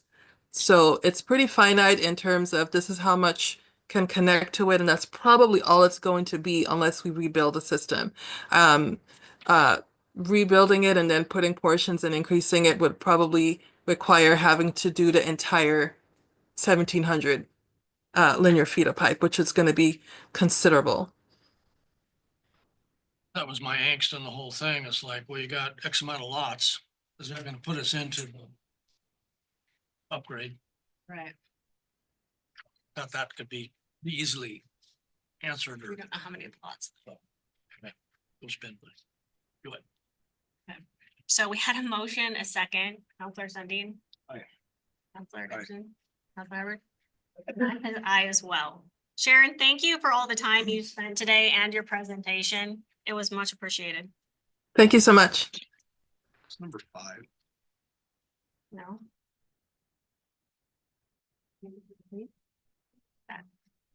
Checked it off. All right. Trying to like be on task today for this one, at least. Okay, so we're at consent agenda for acceptance. Number 9, Planning Commission minutes dated March 11th, 2025. Number 8. Oh, we did? I just checked it off as we did it. Okay, number 8. Thank you, John. Letter of support for broadband equity access and deployment BEAD grant program to address broadband challenges in the St. Helens School District. Make a motion to approve and authorize for signature a letter of support for broadband equity access and deployment grant program. Second. Okay, we have a motion second. Counselor Sundin. Aye. Counselor Gunderson. Aye. Counselor Howard. With you guys, yes. All right, I'm as well. Now we're on to number 9, consent agenda for acceptance. Planning Commission meeting minutes dated March 11th, 2025. Make a motion to, it's for consent agenda for acceptance planning commission minutes dated March 11th, 2025. All right, we had a motion and a second. Counselor Sundin. Aye. Counselor Gunderson. Aye. And Counselor Howard. I'm aye as well. Consent agenda for approval. 10, city council minutes dated March 12th and April 2nd, 2025. 11, memorandum of understanding with Treadway Events and Entertainment LLC for St. Helens Community Day, formerly Citizens Day. 12, OLCC licenses. And 13, accounts payable.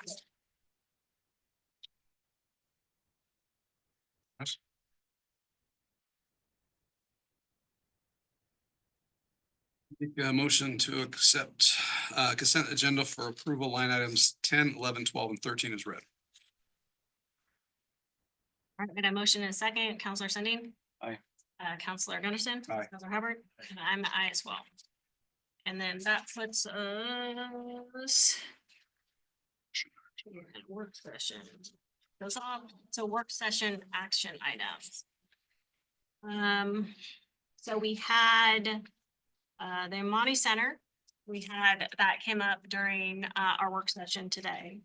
And we had a pretty good presentation on that, but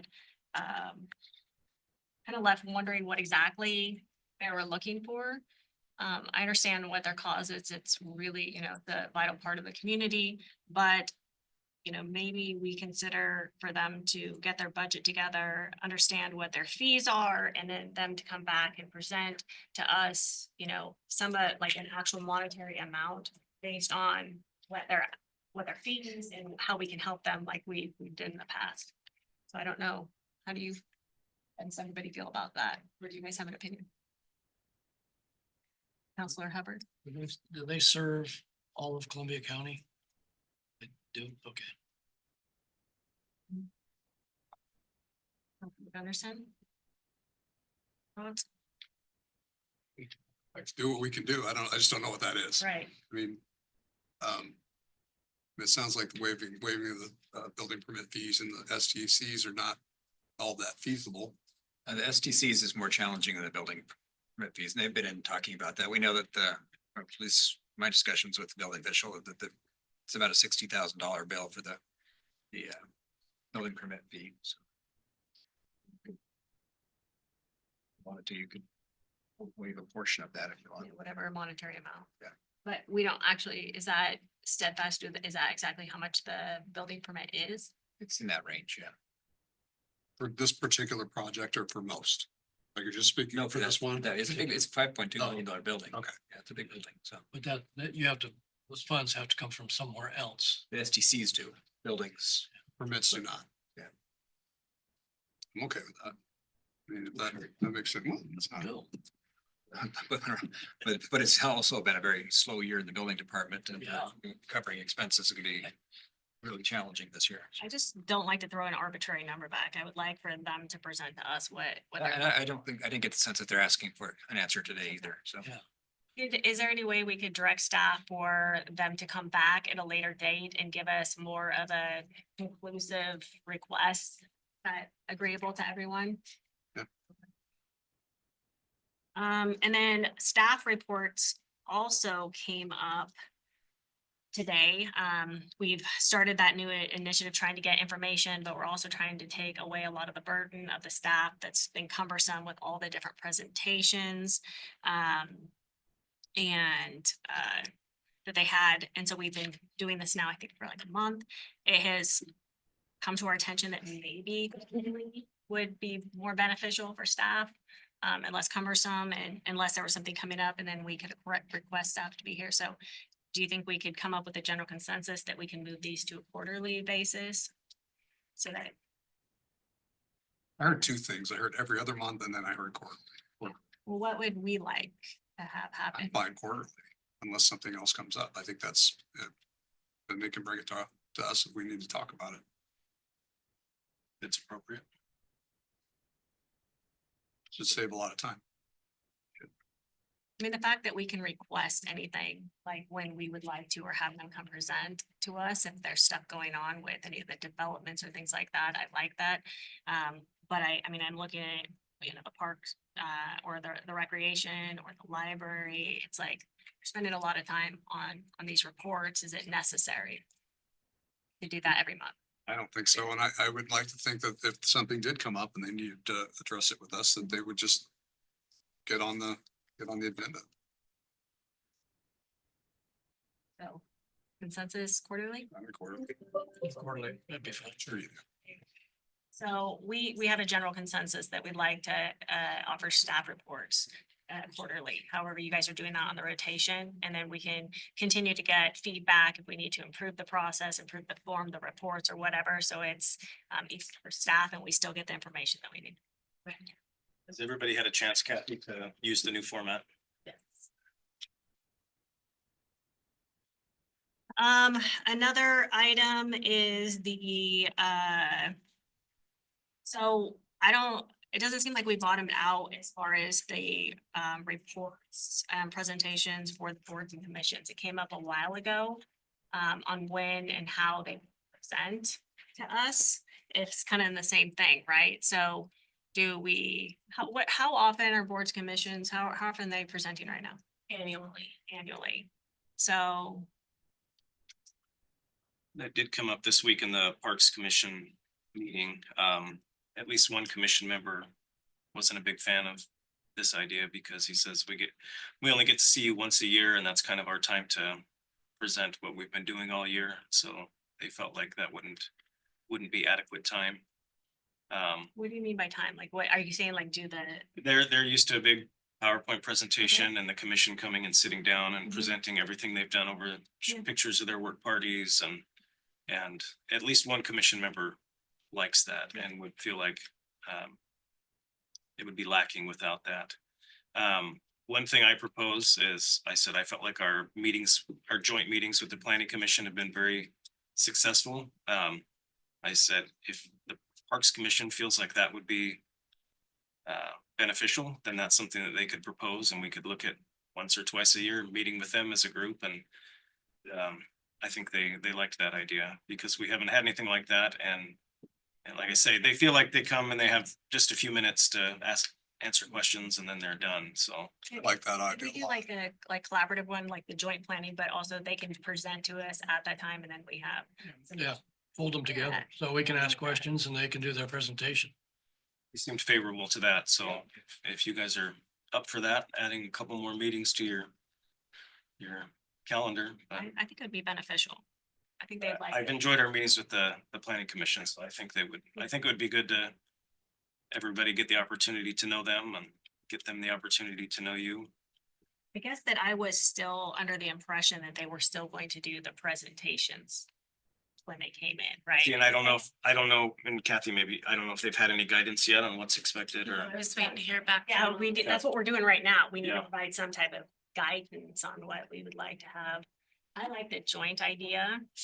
Maybe we do that once a year or twice a year or whatever the case is.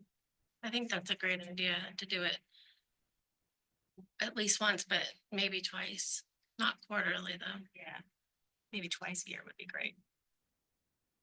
Spend more time with them than with us and ask questions, and that'd be great. They're a great group. They do a lot of really good work, so I think it'd be good So for. would it just be planning and parks and trails, or would it be Library board. library? So those three then? Or you could have a hybrid too, where they do an annual or a semi-annual report and an annual joint meeting. I think the face-to-face time is kind of nice, that part of it. Don't want to add more to this. I think if you do it twice a year, then they can have more than 15-20 minutes to present. I think that would be better for them to be able to spend time and talk and. I'd like the opportunity to also celebrate the things that they're doing, right? If we're doing it just once a year, it's like, it's hard to communicate unless you're trying to get on all these meetings and participate in all of them, that it would be nice to be able to. We talked about liaisons in the past and the fact that we could all participate, and this is a way for us to participate in this joint meeting. We should do it twice a year. Not that I want any more meetings, but twice a year. Okay. Got it? Okay, perfect. And then I don't think we had anything else on the rest of that. We didn't have anything more on our work session items, right? No, I just had the timber insurance coverage we're gonna put on the May 7th agenda after he gets us more information. Okay. All right. Anything else I missed? All right, so council member reports, Counselor Sundin.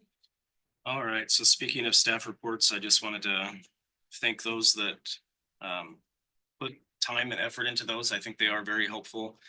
One of my big takeaways is that everybody is doing a lot, and just thank everybody for being so flexible, whether it's filling in at the front counter or taking minutes at meetings, whatever it might be. Staff are being very flexible, and it's appreciated. Just wanted to highlight a couple things from our police report. So Chief Hoag's here. I don't want to steal his thunder, but just wanted to touch on the assessment center for new applicants, which is a new thing, and sounds like it was a great addition that he wants to keep going. Great new tool, a little bit different way of adding people to our hiring pool. And then also acknowledge the department's continued focus on wellness, both physical wellness, which there's been a big emphasis on that, but also mental health and wellness in that department. So I think those are great things going on there. We did have our Parks and Trails Commission meeting this last week.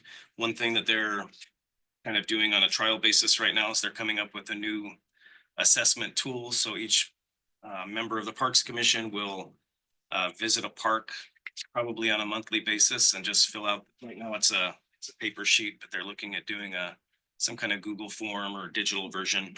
But having the Parks Commission members visit different parks and fill out what they're seeing, how many people are using the park, any feedback they get, what's the condition of the restrooms, just a quick 15-minute walk through the park that they then give to parks maintenance to kind of help them keep eyes on the parks.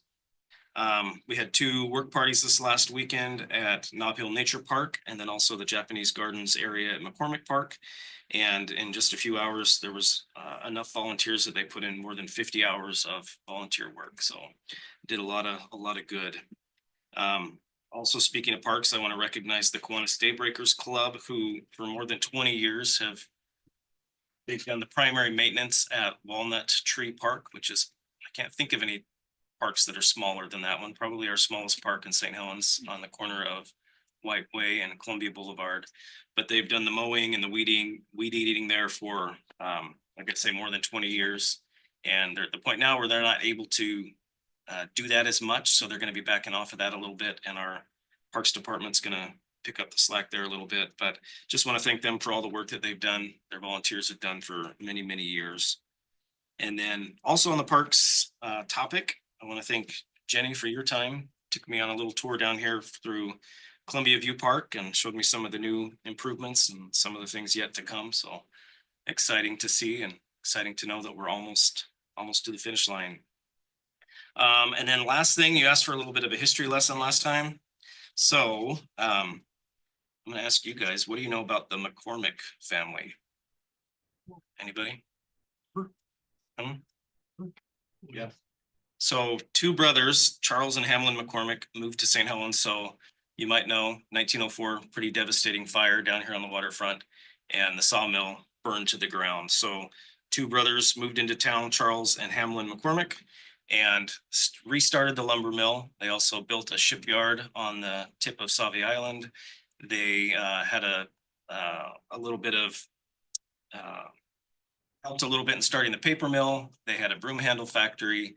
They built the McCormick office building down here on the corner where Jilly's is. They had an apartment building just up the hill. In the top of the McCormick building, they had a dance hall, the Blue Rose Dance Hall. So very influential people. The one brother, Charles, never lived here, but his brother Hamlin did live here with his wife Nellie. And they made their home up on Nob Hill.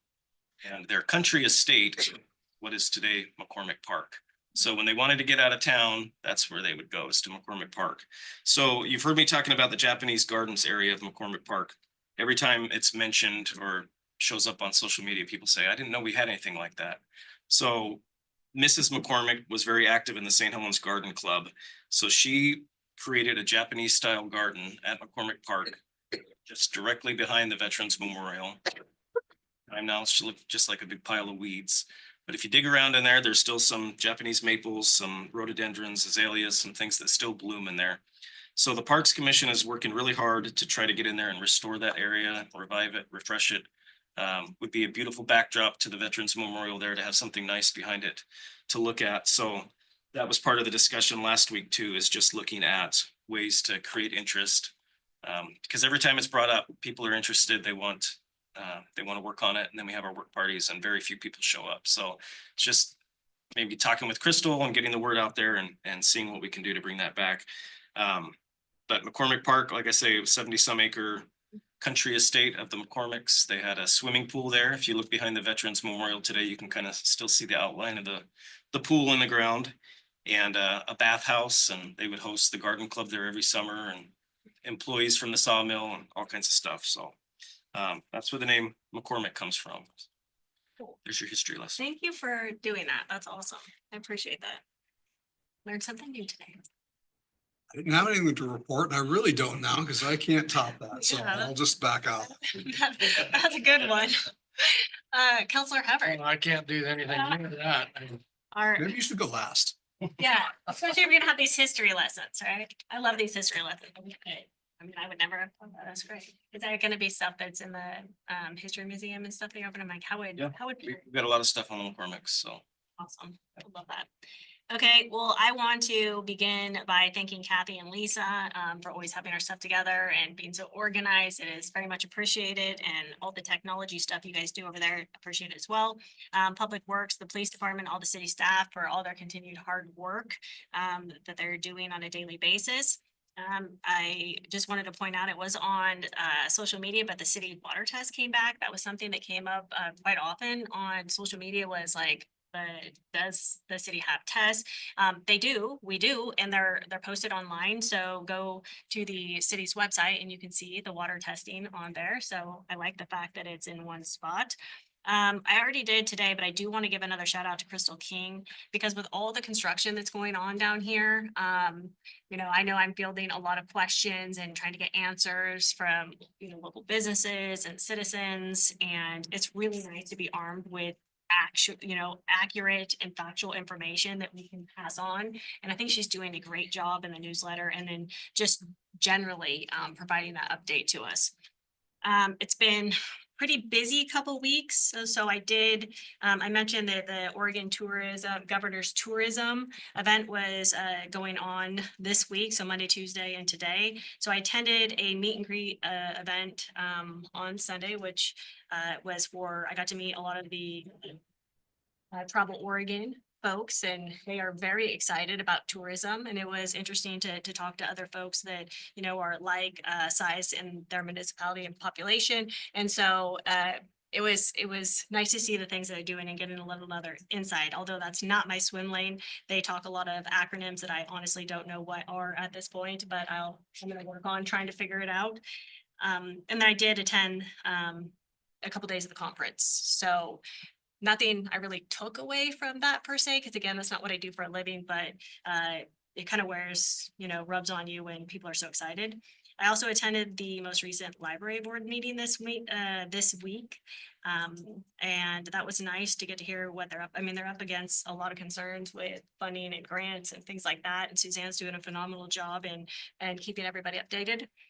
And they also have a new appointment. They have a new member that they voted on, and should be coming in front of the council soon. So that's going to be nice that they have that going on. A couple of the other initiatives, which I think is great because there's a lot of noise in the city right now, but focusing on the positive things, is that we continue to make progress. So we are going to have that public forum for the proposed police station, May 2nd, correct? May 7th. May 7th. So I think that's great. The public can come in, give some input on that, and we get that ball rolling. And then also, Counselor Hubbard, John and I, we all met with a developer in the past, and excited about, what is most likely gonna be presented to the city in the near future. So that's nice to see the enthusiasm of our waterfront. So don't know what's gonna happen there, but it's definitely moving. And then lastly, just reminding our citizens that accusations and opinions do not equate as facts, no matter the topic. I encourage everyone to take the time to always verify information through credible and official sources. So much of what circulates publicly, especially online, can be misleading or entirely inaccurate. Please refer to the city's clarification memos, recorded meetings, or official meeting minutes for accurate and up-to-date information. And that is what I have for my report. And that puts us into other business. So anybody have any other business? Mention one more thing I forgot. Okay. This coming Monday is our boards and commissions appreciation event, so please talk to those that you work with on your boards and commissions, encourage them to come. Some years we have really good turnout, others not so much, but just a good opportunity to thank them for all the good work that they do, so. And hope that the staff that work with them will be there too, because it's a good opportunity to thank them for all the support work that they do too. And I do have a conflict that day, so hopefully you can express my appreciation. That's next Monday, right? That was the 29th for some reason. This coming Monday. Yeah. Monday at the community center, 5:30. And then other business, I just wanted to express, sometimes it's frustrating for me personally how difficult it seems sometimes to get things accomplished because I'm a very action oriented individual. But with that in mind, I want to revisit the earlier conversations that we had with county or the council liaisons. Like, just to throw it back out there, if that's something we could put on the agenda in the future, because there's, we started our roadmap and, I could have meeting after meeting after meeting after meeting, just, I want to get things done and get things addressed. And so, are we spending time and on meetings and boards, being a liaison versus like trying to move the needle forward with other action items in the city? If we only have a capacity as council to have X amount of meetings, right? We already established I could easily like burn down the council by wanting to move so fast to try to get things done. I want to be cognizant of that, but are we spending calories where we should be spending calories? So we don't have to talk about it today, but it's just something that's still weighing on me, that are those meetings spent in other places? Can we be doing something as a council to address the action items that we have in a more expedited manner? Just a thought for the future. And then also, I personally would like to see I'd like to see a presentation on where we are at with the finances with Treadway. As far as that goes, I'd like to see a presentation on, what happened last year, funds. Tourism's been a hot topic here, and I think that in the spirit of transparency, I think that it would be nice to put that information out there. People are going to start asking, and I personally don't see why there's not a reason to explain that publicly. So I don't know how council feels about it, but it feels like we should have that, not in a necessarily memorandum, but I think that we should have a discussion or presentation or something on it. So we know going into this next tourism season where we're at. I don't want like accusations and misinformation out there. I'd like to get where we're at, source, factual information that we could speak intelligently to. The expense moving forward. Yeah, I want to know, Yeah. right? It's a hot topic. I want to know where every cent is and how it's being spent. And I think they're valid questions. And I don't know. So is that something that we can put in the future? Yeah, if you want to have a report, we can certainly put it together. Yeah, with full explanation and transparency on the funds, because again, I don't want to go into this and all of a sudden we have a whole bunch of noise, and I think when we're not presenting information, being open and transparent, then we have problems. So I'd like to. And I think that is all I have. Everybody have anything else? All right, this meeting is adjourned.